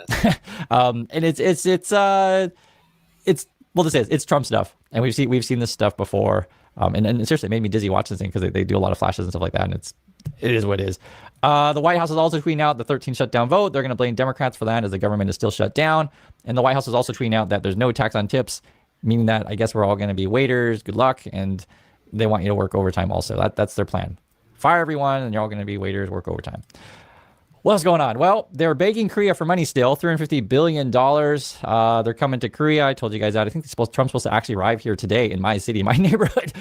Wait, actually, I take that back. He's going to be in Korea today. I think he goes to a different city. Don't come to my city tomorrow, which we're in Busan here. At least that's the last that I heard. He's going to try to meet President Xi at the airport. That's the president of China. And then I think he's meeting the president of Korea tonight. Okay, so basically, this must be from yesterday because 4547 was on its way back from Asia last night, and it does not look like he has no concrete deals with anyone in Asia. So understand, he is the laughing stock of Asia, it appears. So let me get into that with you guys. Let me get into that with you guys because I want to talk about that. They said he has the kind of like a concept of a plan. I told you yesterday that they have a tentative agreement. They are trying to act as if they have solved all the problems with China. 4547 was there kissing ass and talking about how great of a relationship he and Xi has, and Xi is looking at him like, God damn, does this motherfucker ever stop talking? And it was just a lapdog fest. I guess I'll get to this. The laughing stock of Asia. Why? No, that ain't the one. I'm going to hold off. Well, let's see what deals he got in Asia. So he took off some tariffs for China, and it's unclear what he got in return. He says now all the rare earth situation has been settled. He gave no concrete information on anything that happened with Xi and China, and it is a 1 year deal that has to be renewed every year. But he believes that it's going to go on for more than 1 year, and all of this. He had no big announcement uh, uh, with regard to the sanctions in China. U.S. begs China to buy AI chips. Let's see. Now, prime of which is the global shakedown. Alright, guys, so things have taken a very bizarre turn. Trump has been very busy, but he has seen quite a few setbacks in the Asia summit. Now, prime of which is the global shakedown for money. I think we have seen Trump's enchantment with Japan, how the new prime minister really played her cards right to feed Trump's ego. Now, Trump wanted $550 billion directly from Japan, but Tokyo managed to do a last-minute judo flip. Behind the smiles is quite a good deal that bamboozled Trump. Only 1 to 2% of the total amount will be direct investments in cash. So at the most, you're talking about just $10 billion. The majority will come. So he wanted what is it, $350 billion up front in cash. Okay, so he's gonna get about $10 billion in cash. And let's see how much he's going to tell the American people about the investment, a $550 billion investment that Japan gave. Let's see if he actually says, "No, I was unable to get it." We'll see. In the form of loans and loan guarantees. Japan is basically a creditor to the United States once again. It's like buying more treasury bonds. Japan will be getting interest payments on the loan. And here's the clever part, the loan guarantees. This means hundreds of billions will be coming from private Japanese companies. Japan will only step in if the private loans default. Now, I must give the Japanese an A+ rating for the song and dance, the kabuki theater they performed, especially the golf clubs. Their showmanship is just beautiful. Golf clubs. Trump didn't exactly get an outstanding deal, but I'm sure he will paint it as an incredible victory. At least Lutnick is making it sound really awesome, and boy, he sure loves to praise Trump. So I'm sorry I left you down. I didn't get to 500 billion. I came a little short, but we'll get there. Anyway, so I'm sorry I let you down. I came a little short. You didn't get 150 billion. You got 10 billion. Be thankful. That's what you negotiated. 90 deals in 90 days. 90 deals in 9 months. You would still be late for that. Let's continue.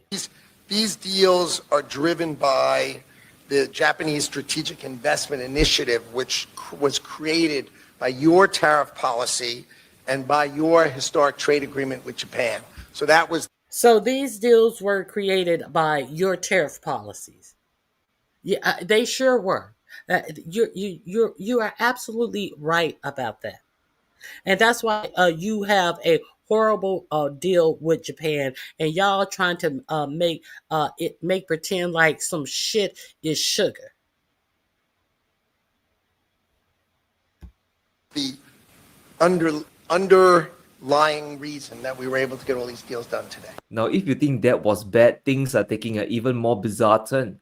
We all remember how Trump never wanted to sell AI chips to China, and how Beijing retaliated and cut off Nvidia. Well, he's back in panic mode. He needs to ensure the US AI bubble doesn't pop, and ironically, to prevent that, he will need the help of Beijing. Nvidia and US tech needs Chinese money to stay afloat.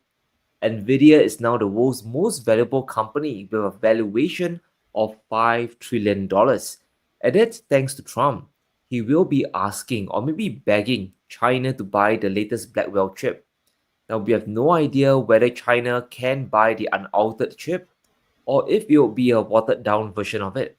But the agenda is clear. The US wants to reopen China's market for US semiconductors. It's not just to get tens of billions in revenue, that is important, but the underlying plan is to halt Chinese domestic progress in their own R&D. Why develop your own chip when you can buy from the Americans? Now, Trump and China settled some issues today. It seems that rare earths issue and farming imports are looking quite promising, but chips are still a sticking issue. Nvidia needs Chinese money to justify their incredible valuation. Of course, the rare earth deals look promising. Because who needs the rare earth? The billionaires who are in this AI bubble. These are the people. When have you ever heard anything in negotiations in the United States about so much about rare earth? Everywhere. 45, 47 go. Everything is about rare earth minerals. It was about it in the Ukraine. He put it in the ceasefire agreement that he thought he had with Ukraine, that the United States would get all their rare earth minerals, or at least half of their rare earth minerals. We heard about it in Africa when Africa denied them their rare earth minerals, as they lied and said that Africa was doing a genocide on the white Africanias, or whatever you say, of the white Africans, South Africans, and Afrikaners. I think that's what it is. Now, all we hear is rare earth minerals everywhere this president go. Oh, who is he trying? What does that do for you and how you live your life? It does nothing for you and how you live your life. It props up these billionaires in big tech. That's what. That's why he was so pissed when Xi said that they were not going to give America rare earth minerals, and now he's over there groveling for these big tech people. But will China take the bait? There's a reason why Beijing blocked Nvidia in the first place. The idea is to force local companies to innovate faster to close the innovation gap. On pure performance itself, China's chips are still behind. Huawei's 910C Ascend delivers 800 teraflops. That's 800 trillion calculations a second. It's better than Nvidia's average chip, but still 3 times behind the B200 Blackwell chip. Now, key reason is the chips themselves. China has to build more sophisticated lithography machines to catch up. And that's why Beijing burned the boats to force their own semiconductor companies to evolve. Chinese companies have definitely found ways to bypass this weakness. They are stringing together a bunch of Ascend chips to increase computing power. So in the short term, there isn't really a great sense of panic. Chinese companies are using what they have on hand to compete with the Americans. And that's despite the incredible amount of curbs and sanctions.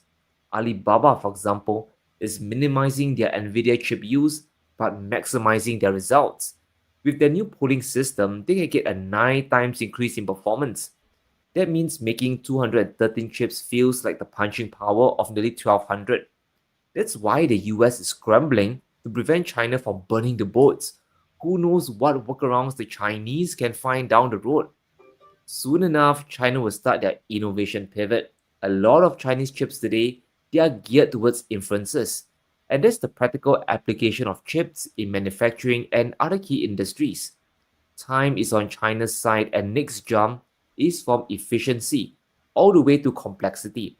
And that's why Trump is desperate to get China to import US chips once again. It's not hard to understand, but it's a very alluring trap. The inner workings of Chinese AI models shows us this complexity gap. Chinese AI stores numbers in 8 bits and lacks a fractional component entirely. And this makes them more efficient, which means it's great for applications and cost effective as well. And that's why DeepSeek was 10 times or more cheaper than ChatGPT when it first launched. However, better chips are needed to build more complex AI models. Beijing understands this, and the most painful but most effective way is to stop US chips from coming in. So will China trade short-term relief for long-term self-sufficiency? That is the true question. Beijing realizes this, and they have advisors around them telling them to play it smart. Chinese I think that they are not going to allow those chips into China.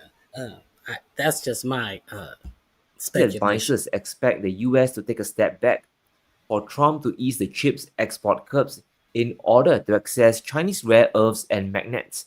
Now, this is a powerful card that China has yet to play.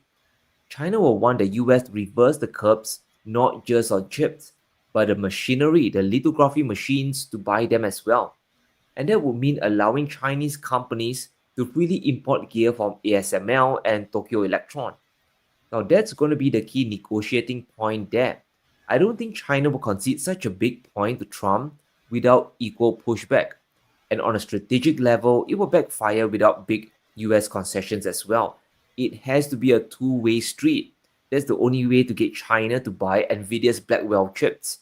But let's talk a bit about Trump's deal with Korea. Now, this is an interesting one. It's really hilarious, but everyone in Asia knows how to deal with Trump today. If you want to get a good deal with the US, just appeal to Trump's ego. This is the state of modern diplomacy. I find it funny, and it really shows us how things have devolved. To deal with the US, you either do an not evolved, devolved. You have to deal with his ego. You have to charm him. So you create, you present him with some crown, and you can get anything you want. Elaborate song and dance, or you play hardball like China. Now, South Korea has given Trump a gold crown and the Grand Order Civilian Award, a golden crown. How insane is that? This is also the highest civilian award. And he couldn't wait to post it on the official White House Twitter. President DJ Trump is honored by South Korea with a golden crown and the Grand Order of Mugangawa,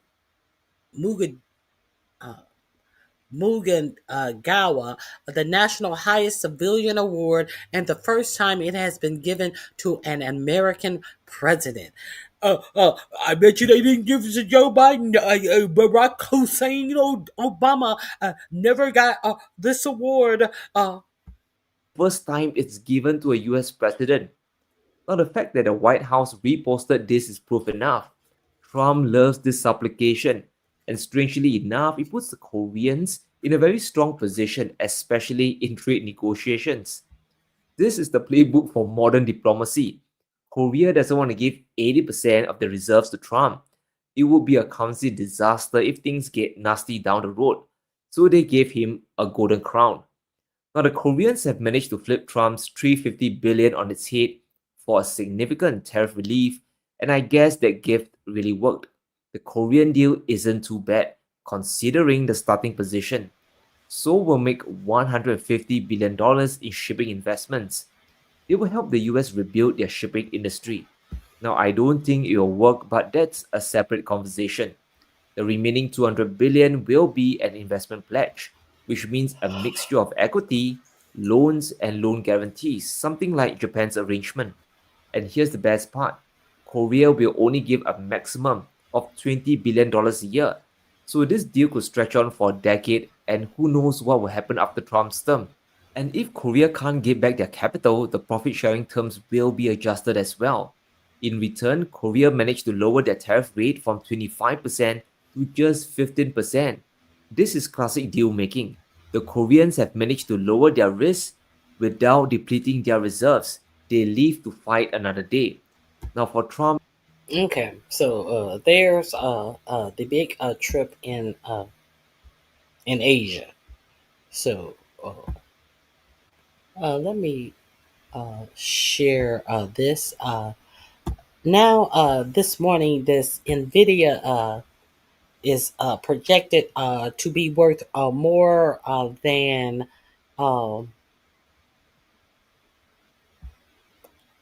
the entire German budget, I believe. The entire German economy. How, Sway? How? NVIDIA was about to go out of business until they went to 45, 47. And he said, well, with this investment, we should get 15%. And now I'm still unsure of who is the we that got the 15%. Was it the United States or was it 45, 47 personally? And now all of a sudden, they are worth more than the whole German economy. Make that make sense. Yeah, let's hope it's not a bubble because we're screwed if it I mean, is. it's definitely a bubble. Like, I don't think there's anyone who denies that it's a bubble. It's just a matter of how much the damage is going to be. Let's put it up here. NVIDIA has now become the first $5 trillion company. Shares have been boosted by the AI boom. You can see there the market cap now $5 trillion. Just 273 days ago, it was $4 trillion. Just 66 days. It took 66 days to go from 2 trillion to 3 trillion, and then it took some 180 days to go from 1 trillion to 2 trillion. But you can see the... And the American people are going to starve next month. Okay. Okay. Yeah. Isn't everything great? Look at the stock market. Look at this inflated, fake ass stock market. They want you to clap your hands for. Look at what this administration did for the people. What did they do? And how does this affect the regular American and how they live their lives? Nothing. Absolutely nothing. Absolute gigantic increase in the overall stock price and the market cap. Shares have been boosted, they say, by AI's potential and recent flurry of deals. Remember that these deals are not actually cash deals. A lot of them. Now, this is allegedly boost on AI's potentials. Not what AI is actually creating and delivering on, just on the potential of what AI may deliver. Make that make sense. You can't, because none of this makes any sense. Circular round trip finance is the and the market cap. Shares have been boosted, they say, by AI's potential and recent flurry of deals. Remember that these deals are not actually cash deals. A lot of them are circular. Round trip finance is the way that they call it. Vendor finance is another term that goes back several decades. You can go watch our segment with David Dane if you're interested for the exact mechanics. NVIDIA is now larger than AMD, ARM, ASML, Broadcom, Intel, Lam Research, Micron, Qualcomm, TSMC combined. All of those juggernaut semiconductors manufacturers. Remember also, TSMC actually makes the NVIDIA chip. Not that a lot of people even know that. Now, according to the Dow Jones market, its value also exceeds entire sectors of the S&P 500, including utilities, industrials, and consumer staples. Santa Clara company designs chips, as they say, about GPUs. It shipped some 6 million of the Blackwell chip it released just last year, has orders for 14 million more. That's part of the reason why. And this is why, saying it's a bubble implies that they don't sell anything. They actually do sell a lot of stuff. Like, they have a lot of orders on the books. That's part of the reason why the stock is so high. The question is, are those orders going to continue in the, the medium to long run to sustain this level of growth and to finance all of the deals that are, propped up by these insane valuations? Just again, to stick with this, the market value of NVIDIA now exceeds the entire S&P 500 industrials. It exceeds consumer staples. It exceeds Broadcom. It exceeds the S&P 500 utilities, AMD, ASML, Micron. Just consider like what percent that makes up of the entire S&P 500. Mm-hmm. Ironically, I used ChatGPT to calculate this. It's some 8% alone just of the entire S&P 500. So just the whole, so if you're a normal investor, you have your 401k, your Roth IRA, whatever, and you're just on auto buy for a Vanguard S&P 500 fund, which is what most people responsibly should do, you're betting on NVIDIA a lot more than you think. Now, you're not totally, exposed to the risk, but yeah, let's say it goes down, then that will drag the entire index down. It literally has that power. Like, I don't think it's an exaggeration to say that the retirement portfolio of the entire country is banking on this stock. Well, and I've got some more for you. So Jacob King crunched the numbers. He says NVIDIA is now worth more than 2 Canadas, 166 Icelands, a Germany and a half, every U.S. regional bank combined, the world's billionaires 3 times over, the entire NFL 35 times, every pizza sold in history, every item on Amazon, Visa, MasterCard, and PayPal, NASA, SpaceX, and Boeing, Toyota, Sony, and Nintendo, Europe's 4 biggest banks, every oil company on earth, all of global gold reserves combined, all of LA real estate, Manhattan real estate, the whole crypto market, and all 54 African countries combined. Okay, let's think about this whole quote unquote vendor financing thing again. So basically, the idea is that NVIDIA loans. I find that hard to believe that it's worth more than all African countries combined. Because everything that they need is rare earth minerals that come from Africa. Why do you think that they are so on China for rare earth minerals? Where do China gets those rare earth minerals from? Africa. I don't believe that. I do not believe that. Money to a company and or stock, and then they buy the NVIDIA chips. So they give the money and to the company, and the company sends the money back to them and gets their chips in exchange. And everybody's stock price goes up, right? Even though you're just round tripping this money effectively. Okay, so not only do they have to maintain their order flow in order for this stock price to continue. So we just went over round stocking this. I'm going to give you this, you give me that, and it inflates the value of my company. So I definitely don't believe any of this bullshit. Going up or even maintain its current valuation. They also have to maintain their price. So let's say that there's some sort of market hit where the price of these chips goes down. Or there's some sort of a hit in the AI market where all of these companies go down. Well, not only is NVIDIA taking the direct hit because now their chips are worth less and they're able to sell them for less, but now all of these investments, all of this vendor financing that is gone out to these companies, they're being hit there too because the value of those companies is going down as well. So you're getting hit twice just from one market movement. Yeah. So that's when you look at the precarity of this. I mean, it's some of the same like domino type effects that we all experience firsthand, or those of us who are old enough to experience firsthand during the Great Recession. So, you're set up for something very troubling. So if the AI has been unsuccessful at all of the parameters, all of the steps that they say that AI is going to reach, they have not reached any of these plateaus.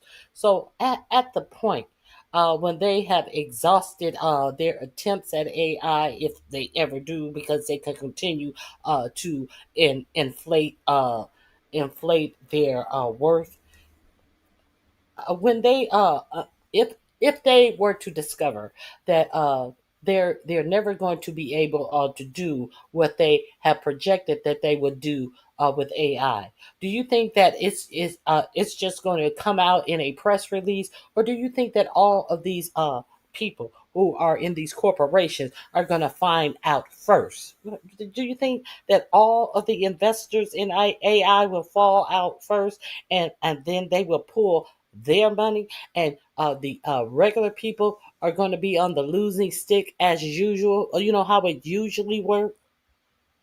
Okay.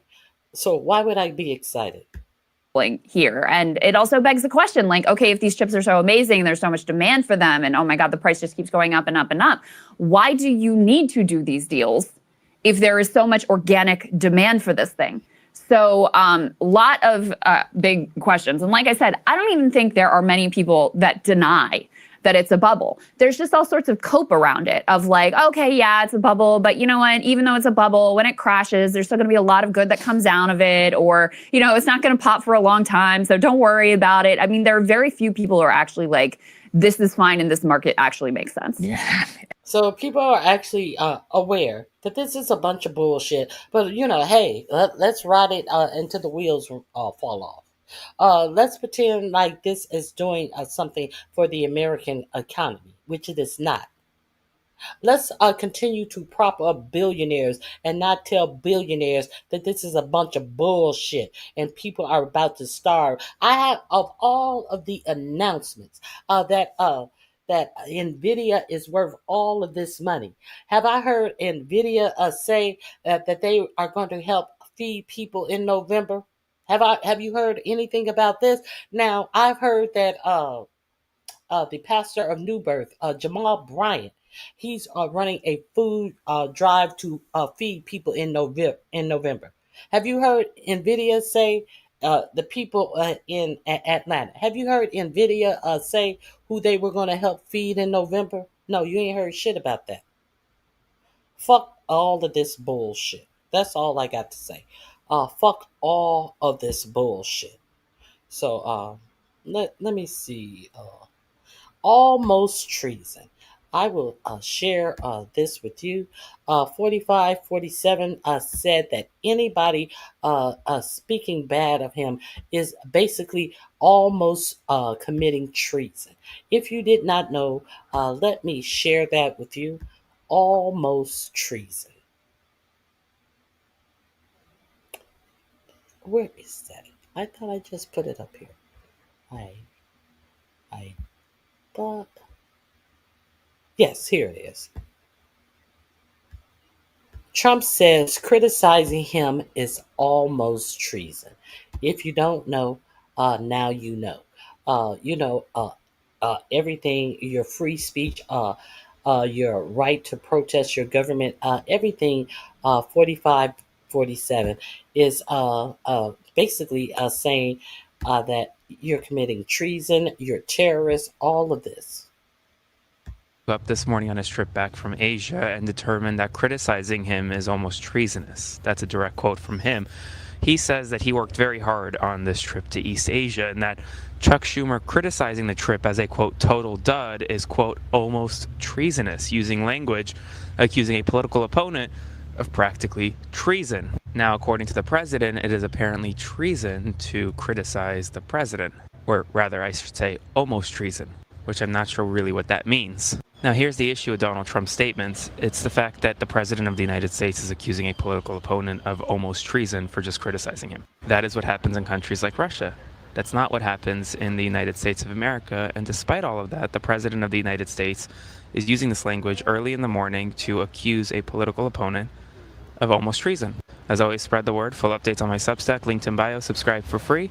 Follow along, stay up to date on all the news that you need to know about all.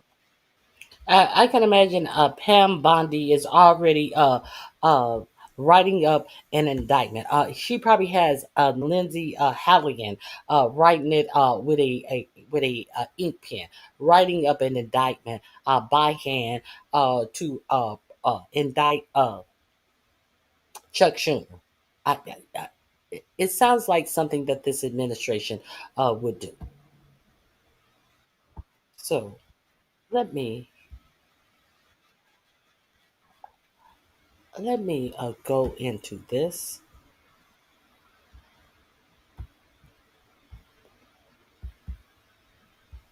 I want to share something that I talked about yesterday, but I didn't. Elon is asking for a $1 trillion pay package. If you are unaware, I will.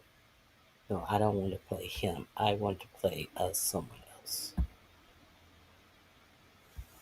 If you are unaware, Elon Musk believes that he should be paid $1 trillion. So let me drop that story for you now.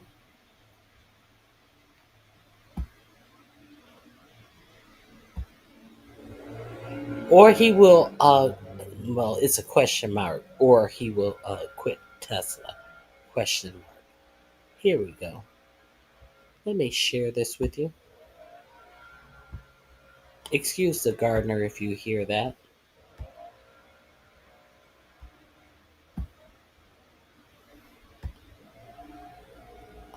Tesla's $1 trillion ultimatum.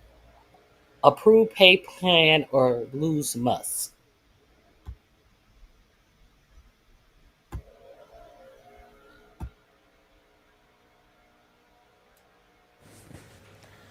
If you have followed Tesla for any length of time, you know the drill. Elon Musk threatens to leave, the board panics, shareholders squirm, and somewhere between the panic and the paperwork, Musk walks away a little richer. And this time is no different. Tesla's board says Elon Musk could leave if they do not approve his new pay package. Do you know how much this pay package is? It's a whopping $1 trillion. $1 trillion to lead Tesla. That's what Musk wants. Will Tesla accept it? Or will Musk walk away if he's not paid $1 trillion? Our next report tells you. Tesla's board just sent shareholders a letter that sounds suspiciously like a hostage note. Only the hostage is Elon Musk's attention span. Chair Robin Denholm's message was clear. Approve this package or risk losing him. Without Musk, Tesla could lose its time, talent, and vision. In corporate speak, that means one thing.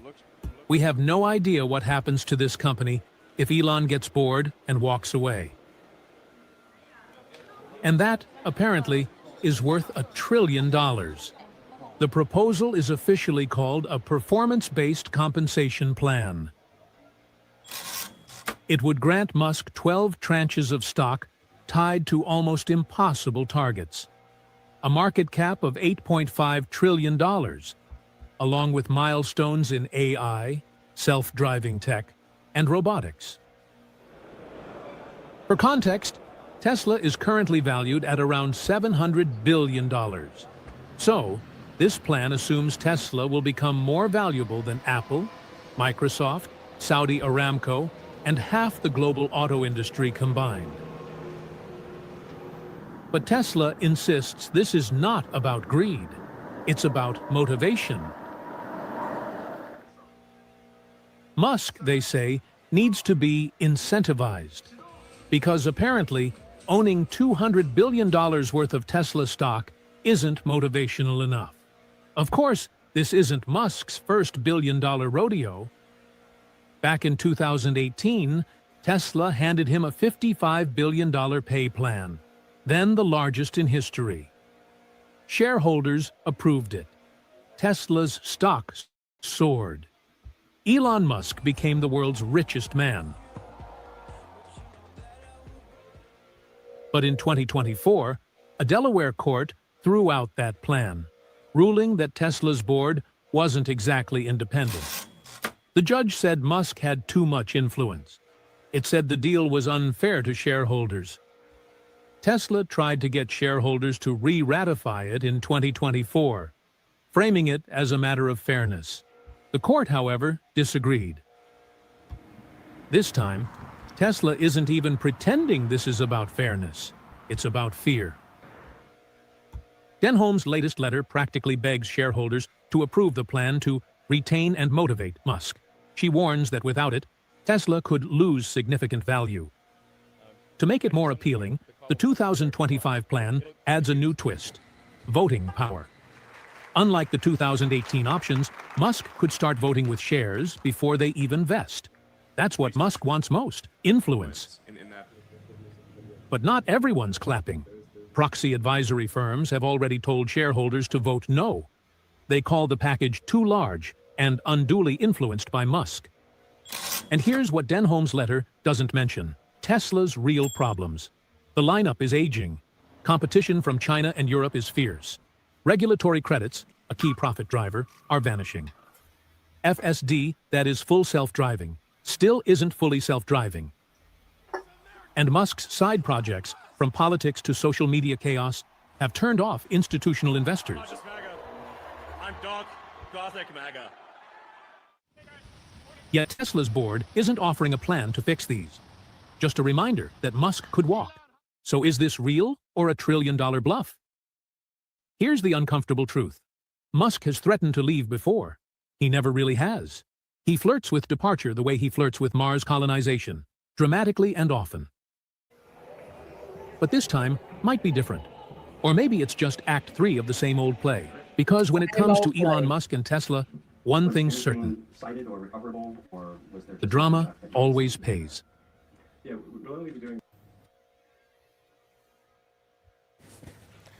If you have followed Tesla for any length of time, you know the drill. Elon Musk threatens to leave, the board panics, shareholders squirm, and somewhere between the panic and the paperwork, Musk walks away a little richer. And this time is no different. Tesla's board says Elon Musk could leave if they do not approve his new pay package. Do you know how much this pay package is? It's a whopping $1 trillion. $1 trillion to lead Tesla. That's what Musk wants. Will Tesla accept it? Or will Musk walk away if he's not paid $1 trillion? Our next report tells you. Tesla's board just sent shareholders a letter that sounds suspiciously like a hostage note. Oh, I don't know how that replayed itself. It looped itself. I apologize for that. I thought she had more to say. But $1 trillion. So we'll see if it happens. Now, I gave you all of the information about how this administration said that if you protest, you were going to be brought up on terrorist charges. I also talked to you, I believe it was last week, about there was an arrest of someone, a right-wing person. I do believe he was he was a right-wing person that has scoped out where Hakeem Jeffries had a event, with a speaking engagement, and he said that he was going to kill Hakeem Jeffries. When they asked Trump about it, I showed you him humping his shoulders like, "Oh well, big deal." And now there are no charges about this white right-wing threat to a sitting congressman. The DOJ has not announced any investigation. And also, if you, I didn't even know Eric Swalwell was threatened as well. So the DOJ accused of ignoring death threats against lawmaker. So this is against Swalwell, Eric Swalwell. Representative Eric Swalwell, Democrat of California, accused President Donald Trump's Department of Justice of ignoring death threats against him, despite their pledge to actively pursue threats against elected officials. During an interview with progressive YouTuber Brian, doing his interview with progressive YouTuber Brian Tyler Cohen, Swalwell said he has referred multiple people to the DOJ for threatening his life and the lives of his family members. He added that the DOJ sent him a letter saying that they were not going to prosecute the cases. A couple of weeks ago, after the assassination of Charlie Kirk, the Attorney General had put out on her social media that the administration will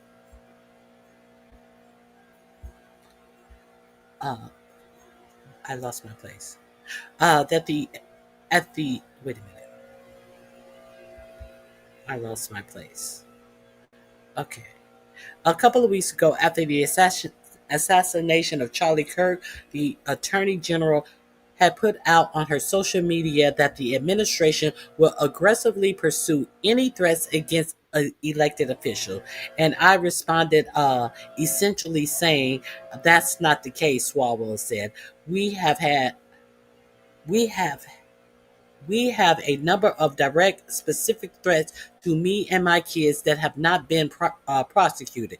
And we were sent letters saying they would not be prosecuted. Swalwell comments come at a time when multiple Trump's critics have been criminally indicted. For instance, former FBI Director James Comey was indicted on 2 charges of obstruction of justice and lying to Congress. New York Attorney General Letitia James was also indicted for allegedly committing mortgage fraud.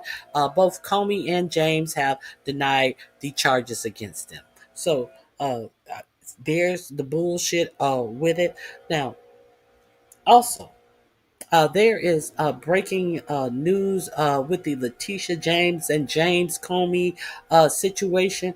The judge has requested the documents, the grand jury documents. The judge wants to see what that bimbo that was not that was put in place when she should not have been put in place because 4547 was only able to put one U.S. attorney in place in Virginia, but he put the airhead in, and shortly thereafter, she wrote up indictments on James Comey and Letitia James. That's the first problem. The second problem is the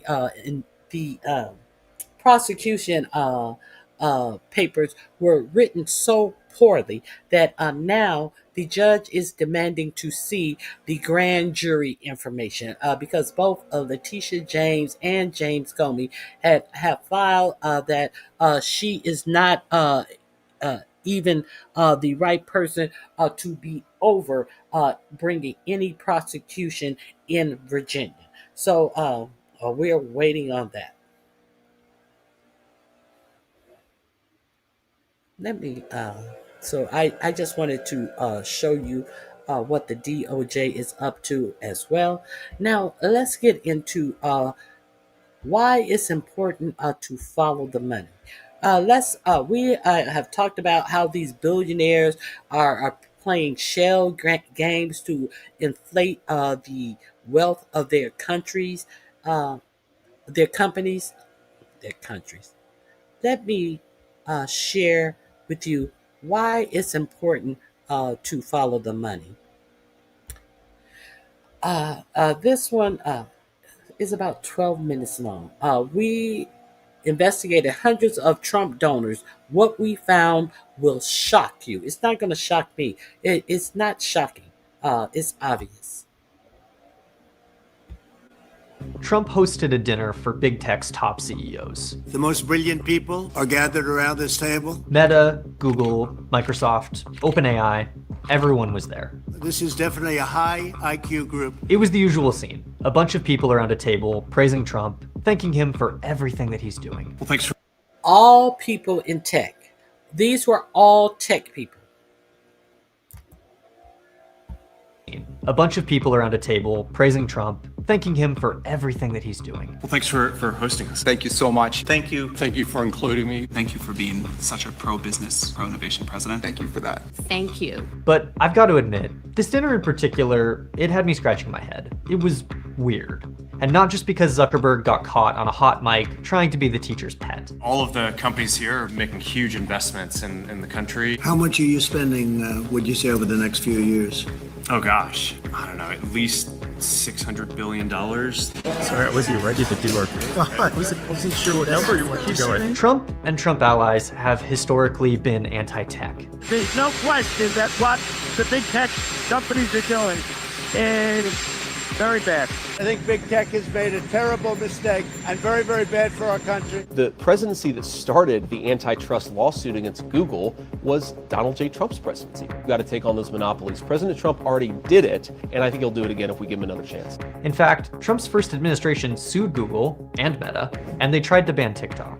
So when I saw this dinner, and when I saw this scene at his inauguration, I was more than a little surprised. What changed? How did we go from this? I'm filing a major class action lawsuit against the big tech giants, including Facebook, Google, and Twitter. To this. This is definitely a high IQ group. They're leading a revolution in business and in genius. Well, we can't say for sure, but I'm guessing all of these donations didn't hurt. And the switch up on big tech, it's just scratching the surface. Are we supposed to pretend that multi-billion-dollar corporations make multi-million-dollar payments and do not expect anything in exchange for those things? You're looking at all of big tech's donations to the second inauguration of Donald Trump. Each company gave about $1 million to the new president to throw a massive inauguration party, which many of their CEOs attended. How did they get away with giving the president $1 million each? Because there are almost no rules regulating inauguration funds. No laws saying what the funds have to be spent on. No limits on how much can be donated or who can even donate. And as a result, inauguration funds have become a major tool for corporate interests to buy influence in our government. Another way to flatter and buy out Donald Trump. And the strategy is working. Before the inauguration, Meta was not in good standing with the government or with Donald Trump. I consider Facebook to be an enemy of the people, along with a lot of the media. Under Biden, the Consumer Financial Protection Bureau was investigating Meta for illegally harvesting users' financial data to sell more ads on their platform. Then, Trump takes office, Meta donates $1 million, and the investigation vanishes. In fact, the Trump administration has basically shut down the Consumer Financial Protection Bureau entirely, which is great for Mark Zuckerberg, but not so much for the entire idea of protecting consumers. Google is playing the same game as Meta. In 2020, the previous Trump administration opened an antitrust case against Google. They said that Google had created an unfair monopoly. Something about running the single biggest search engine and the single biggest web browser at the same time seemed a little unfair, I guess. Google actually lost that case technically, but the judge ruled that Google wouldn't have to change its business in any major way. They could keep the Chrome web browser as long as they paid a measly fine that they could basically dig out of their couch cushions.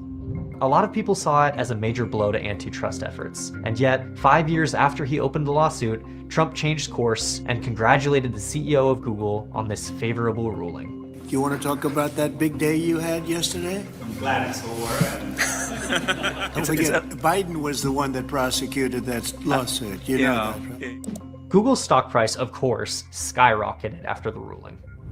Then there's Apple. Tim Cook personally donated $1 million to the inauguration. And for his donation, Apple has been given a lot of preferential treatment. Just this past April, Apple was in a tough spot. Trump had just announced huge tariffs on all kinds of goods coming from foreign countries. Tariffs that would raise Apple's cost of doing business by billions. Weeks later, after Tim Cook met with Trump, the White House announced tariff exemptions for smartphones, computers, and chips. You know, the things that Apple makes. So a $1 million donation for Apple and billions in savings. I guess that's what economists would call a return on investment. To me, it just looks like a bribe with extra steps. Microsoft, you guessed it, also got in on the action with a $750,000 donation. And like Google, they got the FTC off their back. A major antitrust case against them dropped for a huge merger they did in 2023 with Activision. Amazon reached a big settlement with the FTC for essentially tricking consumers into signing up for Amazon Prime, a case the FTC could easily have won. So why would they suddenly settle? Are you starting to see a pattern yet? Well, just wait, it's about to get worse. According to research done by Public Citizen, 1 in 3 lawsuits brought against big tech by the government have now been dropped by the Trump administration. So if these donations are all paying off for big tech, you really have to wonder, what else is being bought by all these donations? What you're looking at now is the biggest inaugural fund in the history of the United States. You might be wondering, why are we talking about the inauguration now, months later? Well, first, information about donors take months to be reported to the public, and some donors try to hide their donations. Second, inaugural funds have become a major tool for corporate interests to buy influence in our government. We have all this data because Open Secrets combed through the Federal Election Commission filings to find out who donated. Over $240 million, nearly $800. And the thing about it is, guess what? If they don't spend all that money on the party, it's not like the ballroom was ready. That they had to put streamers up in the ballroom and decorate the ballroom or anything. The ballroom wasn't even up. How are they going to spend all of this money on this party for the wealthy? And what if they don't spend all of the money? They get to keep it. Donors, and like I said before, no rules about how that money has to be spent, managed, or where it can come from. Even the Trump team can't find a way to spend $240 million on a party. So what's happening with all that leftover money, and who's managing it?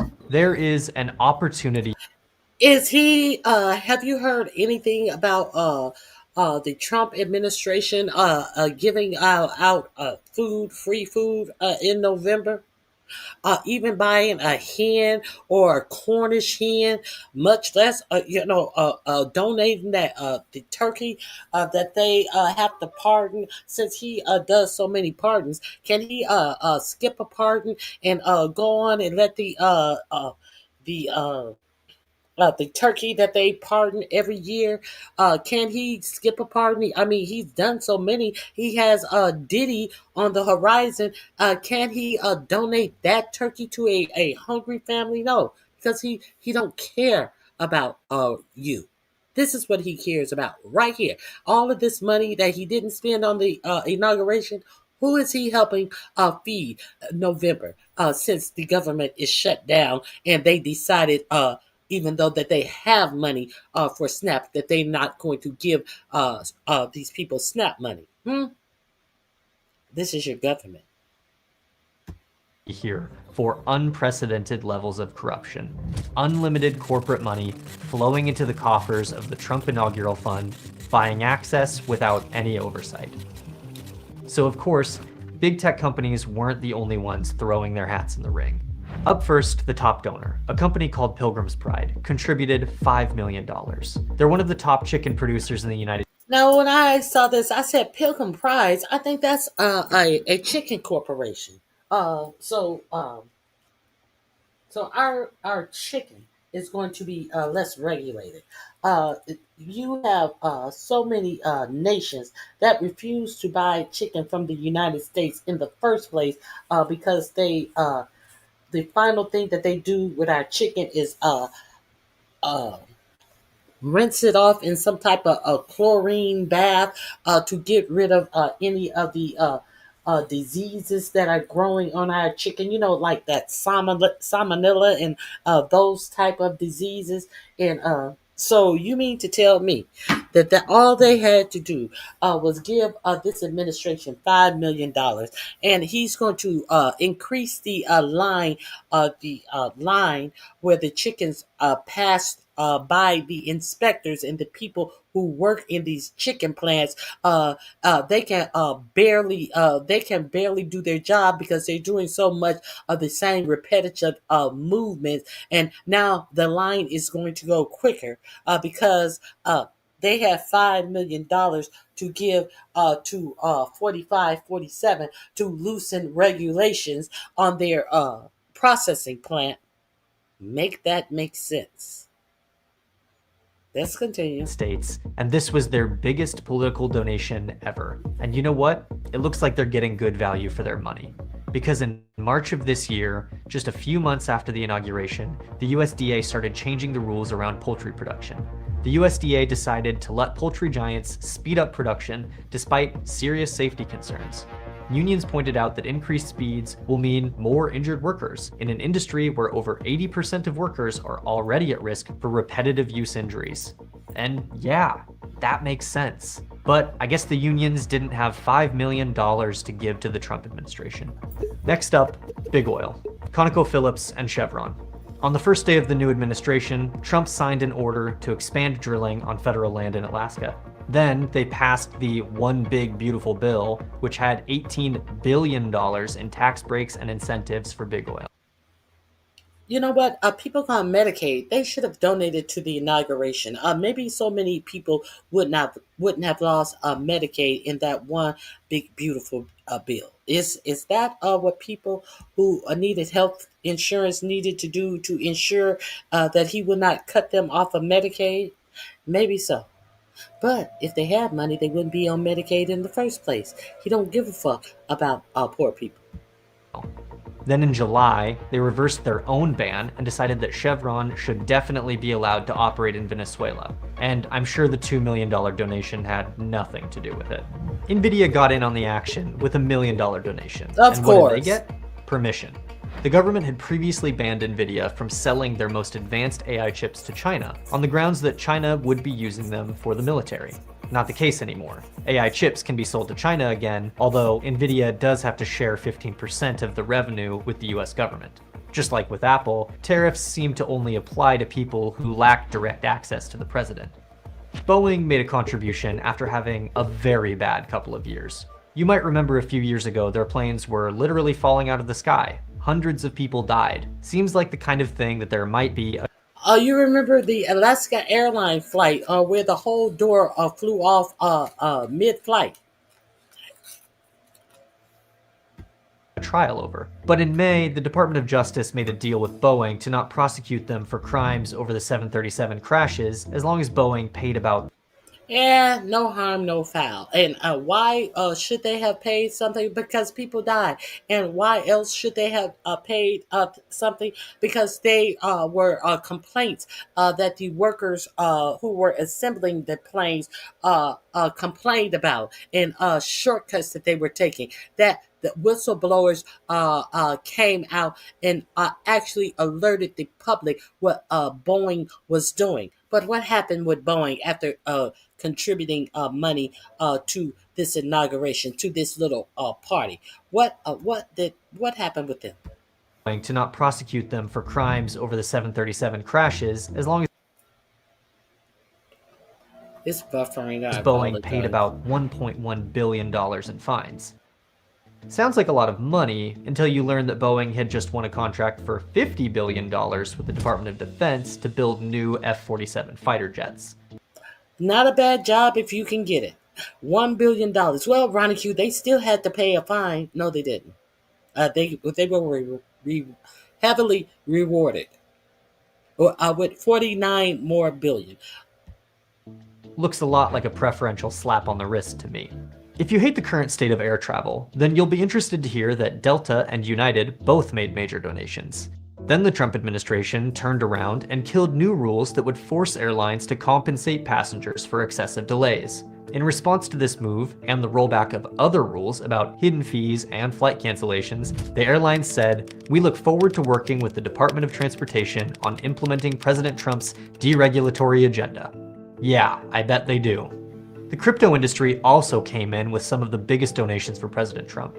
Crypto companies and schemes rocketed to the center of the Trump world. You remember? I forget what administration. When all of those people had to sit in the airport for days because the computer system went down, and they made. It used to be like that. I think way back in the 80s, if something happened and it was the fault of the airlines, they would actually put you up in hotels. They had people sleeping in the airport for days on end if they couldn't afford to get their own hotel.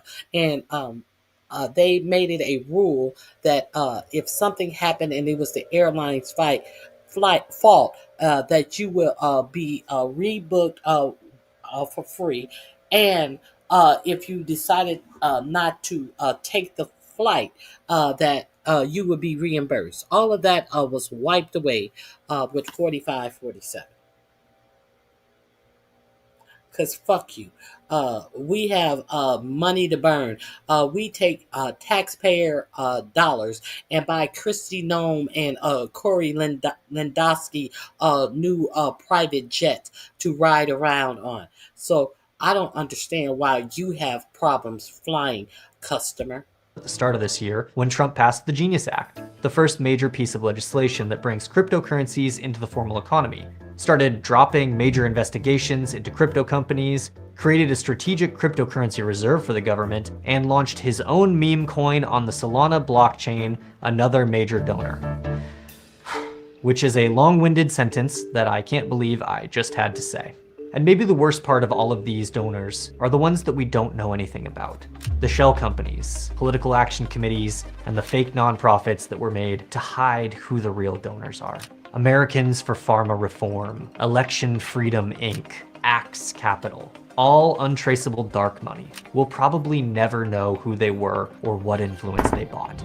So yes, technically no one has broken the law here. But shouldn't we care when massive corporations buy influence at the cost of the public?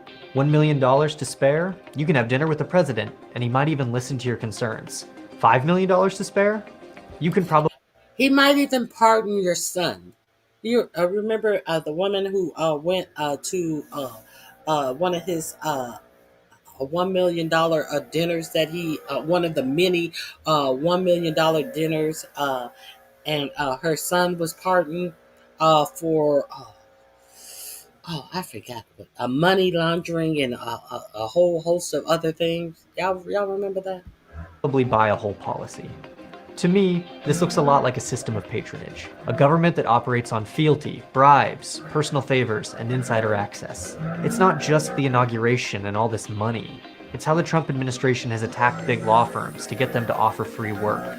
It's how they sued media companies to get them to take people off the air that don't give Trump favorable coverage.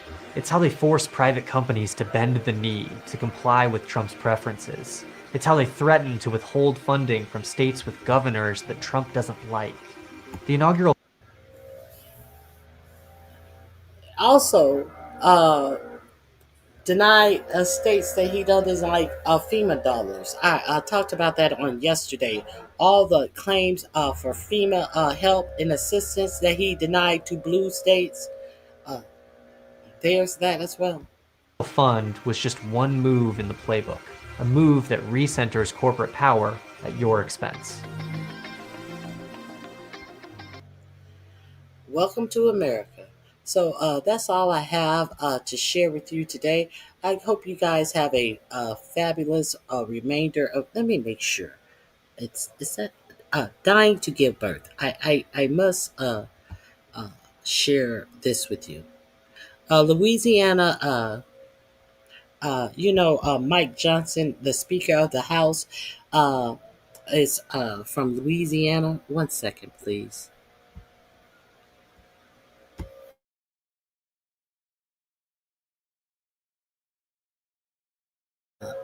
This is in my link. The last link is called Dying to Give Birth. Louisiana leads. Let me share this with you because there are some graphs on here that you may be interested in. The link is in the description box as well. You can pull it up at your leisure. Axios has a story. Louisiana leads the nation in maternal mortality. That is the state of the Speaker of the House, Mike Johnson, who has the Congress on vacation for 5 weeks. I'm pretty sure it will be another week added on tomorrow, if not today. Maternal mortality rates by state and select countries. Now, the U.S. is right here, right under at 18.6% of the people who are dying. And understand that Black women die, I believe I do believe is 2 times. It may be 3 times more than their white counterparts in childbirth. Now, here are the averages. California, you have 9.5 death during birth, and in Louisiana, this is per 100,000 people. In Louisiana, you have 41.9 death during childbirth. Louisiana moms had the nation's highest maternal death rate in 2023. A new report shows. Zoom in. The state's maternal mortality rate was 41.9 deaths per 1,000 live births, according to the Commonwealth Fund, a healthcare foundation. The nation leading rate is on par with countries like Mexico, 41.7, and the Seychelles, 42.0. The foundation reported. The big picture: Louisiana has battled its maternal mortality rate for years, which experts have said is the result of a tangled web of factors that make for a deadly combination in the states. But Mike Johnson doesn't have anything to do. He has nothing to do. The only thing that he has to do is make sure that the Obama subsidies are not extended, so people who are able to buy healthcare can buy healthcare. The only thing that he has to do is to sign a bill that kicks up to 17 million people off of Medicaid, the poorest health insurance that people can be under. That's the only thing Mike Johnson has to do. Among them are high C section rates, postpartum care, appointments, high obesity rates, healthcare racial disparity, healthcare racial disparity, tough community condition, low incomes, and little rural access to maternal health care. Now, let me see what the disparities are. Let me see. Addressing disparities in maternal and child health outcomes in African Americans. Let me see if I can get the African American mothers and infants, both historically and today, are dying more often than non Hispanic white mothers and infants in Louisiana. And the Louisiana Department of Health is actively working to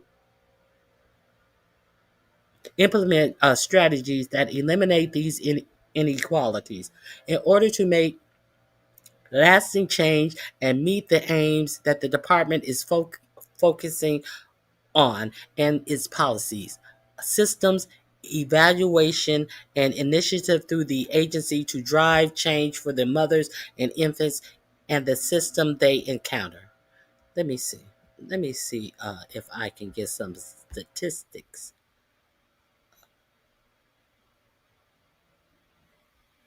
Okay.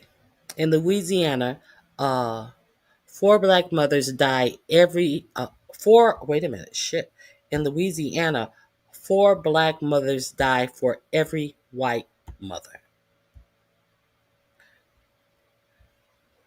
Let me share this with you. This is a report. Let me share this with you. PowerPoint. This is a PowerPoint presentation. Okay. This is House Resolution 294 and Senate Resolution 240, 2019 regular legislative session. And addressing disparities in maternal and child health outcomes for African Americans. Now, I think this is on page 3. In Louisiana, 4 black mothers die for every white mother, and 2 black babies die for every 1 white baby. Louisiana's maternal mortality rate also exceeds the national average, as Louisiana ranks 47 out of 48 states. Louisiana also has the 5th highest infant mortality rate in the United States. But your Speaker of the House is unconcerned about any of this, unconcerned about any healthcare issues, because he is more concerned with making sure that we ignore the fact that all of these billionaires that I talked about on my show today get tax cuts. Nationally, maternal mortality is higher among African American women than white women, and African American women are more than 3 times likely to die from pregnancy-related causes. A long-standing racial biases in health care plays a role in maternal outcomes, as African American women often have their concerns dismissed and may be misdiagnosed for a series of fatal conditions during pregnancy. You're exaggerating your pain. They're taught that in these Southern medical medical schools, that black people thin. Skin is thicker. They can endure more pain. They are they are faking much of their pain. You know how Dr. Jackie Mississippi Medical School ass had to come back and apologize for telling Heavenly, oh, you know, my patients, they just be putting on, they be trying to get off work. This is a black woman, a black doctor who didn't advocate for her black patients, who said this old country ass backwoods slave shit about her black pregnant patients, her own patients. So I just wanted to share that with you. If you were unaware of that, let me drop the link to this. Well, you can hit the link in the article. The article is in my description box. Let me drop the link to the study in the chat. Hey, Very Carrie. Did you hit the thumbs up? Oh no. Hey, Very Carrie. This is the link to the study. Oh, hold on. Let me close this. Let me give you the link to the study.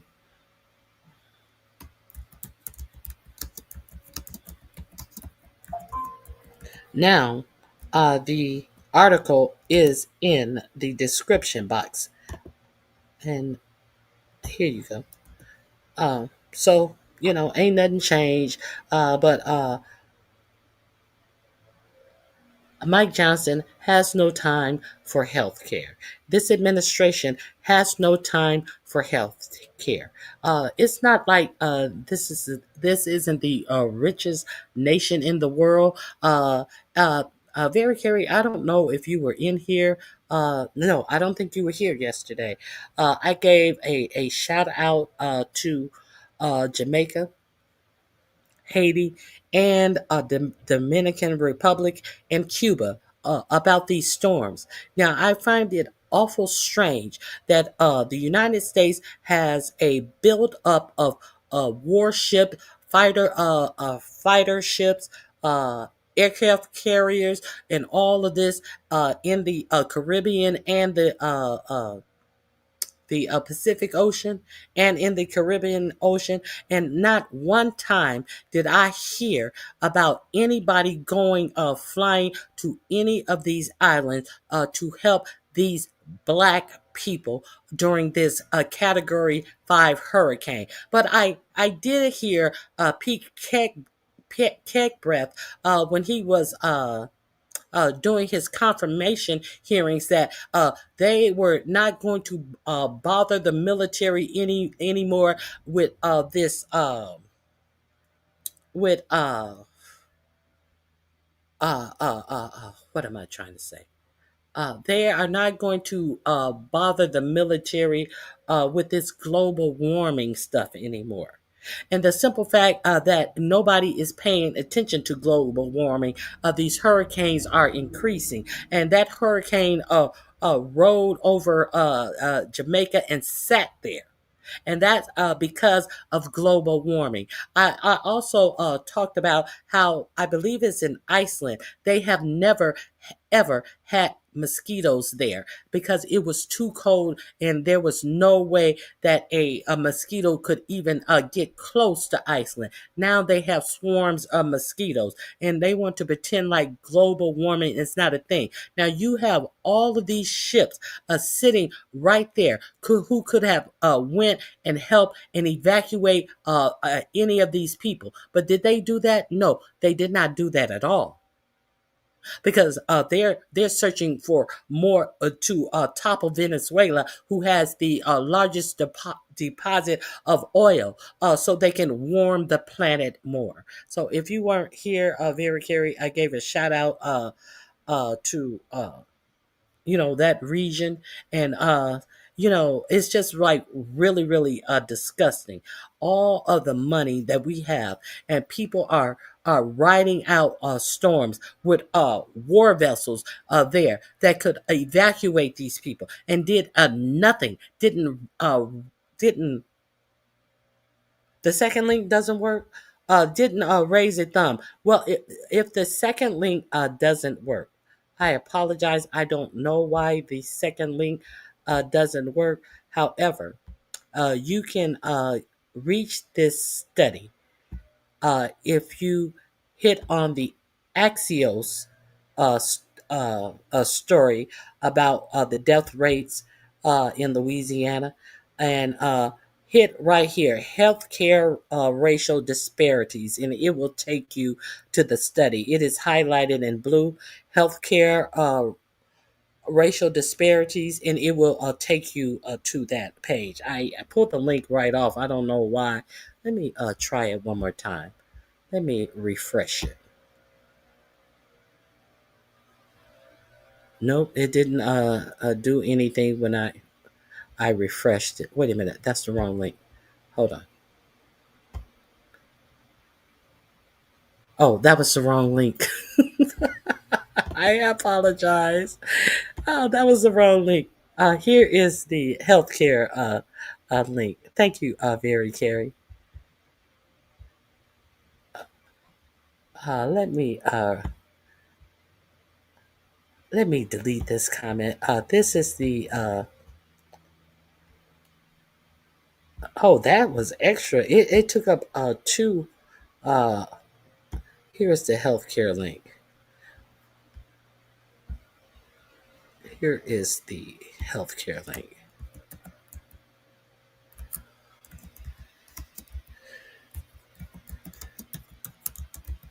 This is healthcare study.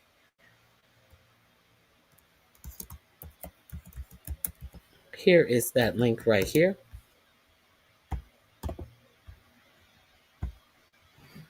And you can also get it off of the Axios article. There it is. Try it now, very Carrie.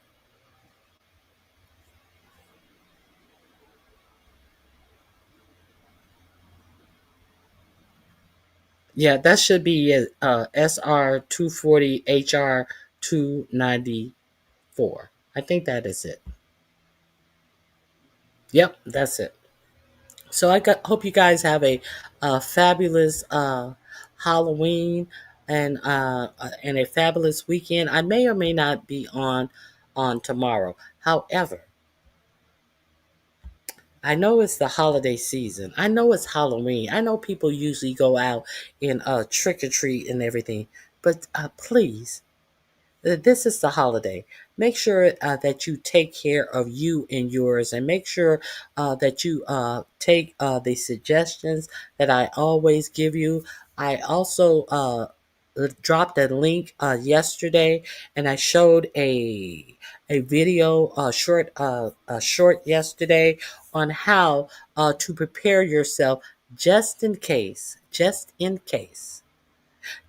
case. You should always be prepared just in case of any natural disaster, any emergency. But just in case, this country is put under martial law. There is a book that will guide you how to protect yourself and your family and your home. So your home won't be robbed, raided, so it won't look like there's any life in your home for people to come and take advantage of you. These are things that you need to know. You don't need to know about bullshit. At this time, right now, you need to know how to protect yourself and your family, and then you can have fun. The life is not all about fun. I understand that sometimes we want to get away, we want to clear our minds, but it don't. It's not going to help you not having nothing in your fucking head because you're so busy trying to clear your mind that you have an empty brain that you don't know how to prepare yourself for emergency. So go and check my link out on yesterday. Some of this stuff, I can give you the information. You can do with it what you want. You can do nothing with the information. You can not even try to get the information. But the information was on my video yesterday. Go over there and get acquainted with it and see if that's something that would be helpful for you. And that's all I have to say about it. I hope you guys have a great remainder of your weekend. And I may see some of you on the YouTube street. Go over and check out Very Carrie. Very Carrie did a good live this morning. She does brain teasers. I don't know if she is back regularly. I think she initially did the Monday through Wednesday, but I think she popped up and did the one this morning. I didn't catch the beginning of it, so I'm not sure. But go over there and do some of her brain teasers with her. Let me drop the link to her brain teaser from this morning. I thought that it was quite funny. I thought it was real funny. She gives out clues, and you need to Have a great day, Jill. It is good to see you. She gives you clues, and it is and then you have to guess what the clue is trying to what the clues actually means. And it was some interesting clues that could take your mind the wrong way this morning. So I think that it was fun, and go over there and check out Very Carry. Also, Jill's Comfort Zone on the 8th of November is it the third annual or the fourth annual poetry contest, Jill? Uh, Let me find Jill's flyer. Jill's Comfort Zone. Let me November 8th, Sunday, November 8th. Let me drop the link here at 6:30 p.m. Eastern Standard Time. Here is the announcement for her poetry competition. Uh, this is go through and hear the information. Uh, I don't know if anyone has dropped out and she has an extra position or what that entails, but that is the link to the announcement about her poetry competition. And it is Saturday, November 8th at 6:30 p.m. Eastern Standard Time. If you have not seen one of Jill's poetry competition, treat yourself. She has some very talented poets, and she also the last competition she actually had a live pianist playing, and I think he was playing the piano. She had I think he was playing the piano. It was so nice, and she puts in a lot of work, and it shows. So go over there on next Saturday, November 8th at 6:30 p.m. Eastern Standard Time. Hold on, and here's some great poetry at Jill's Comfort Zone. So that's it for me. I may or may not see you on tomorrow. I hope you guys have a great remainder of your day. And as Jill say, stay sucker free, fool. She don't say fool. I got to add fool to make it my own. All slots are full. No more entries. Okay. So just go over there and enjoy yourself with Jill. Thank you, Very Carey, for dropping her link. All right, guys. I'll catch y'all. I'll probably see y'all in the street. I got time today. Bye bye. I appreciate your support. I appreciate you guys showing up, and I'm out of here.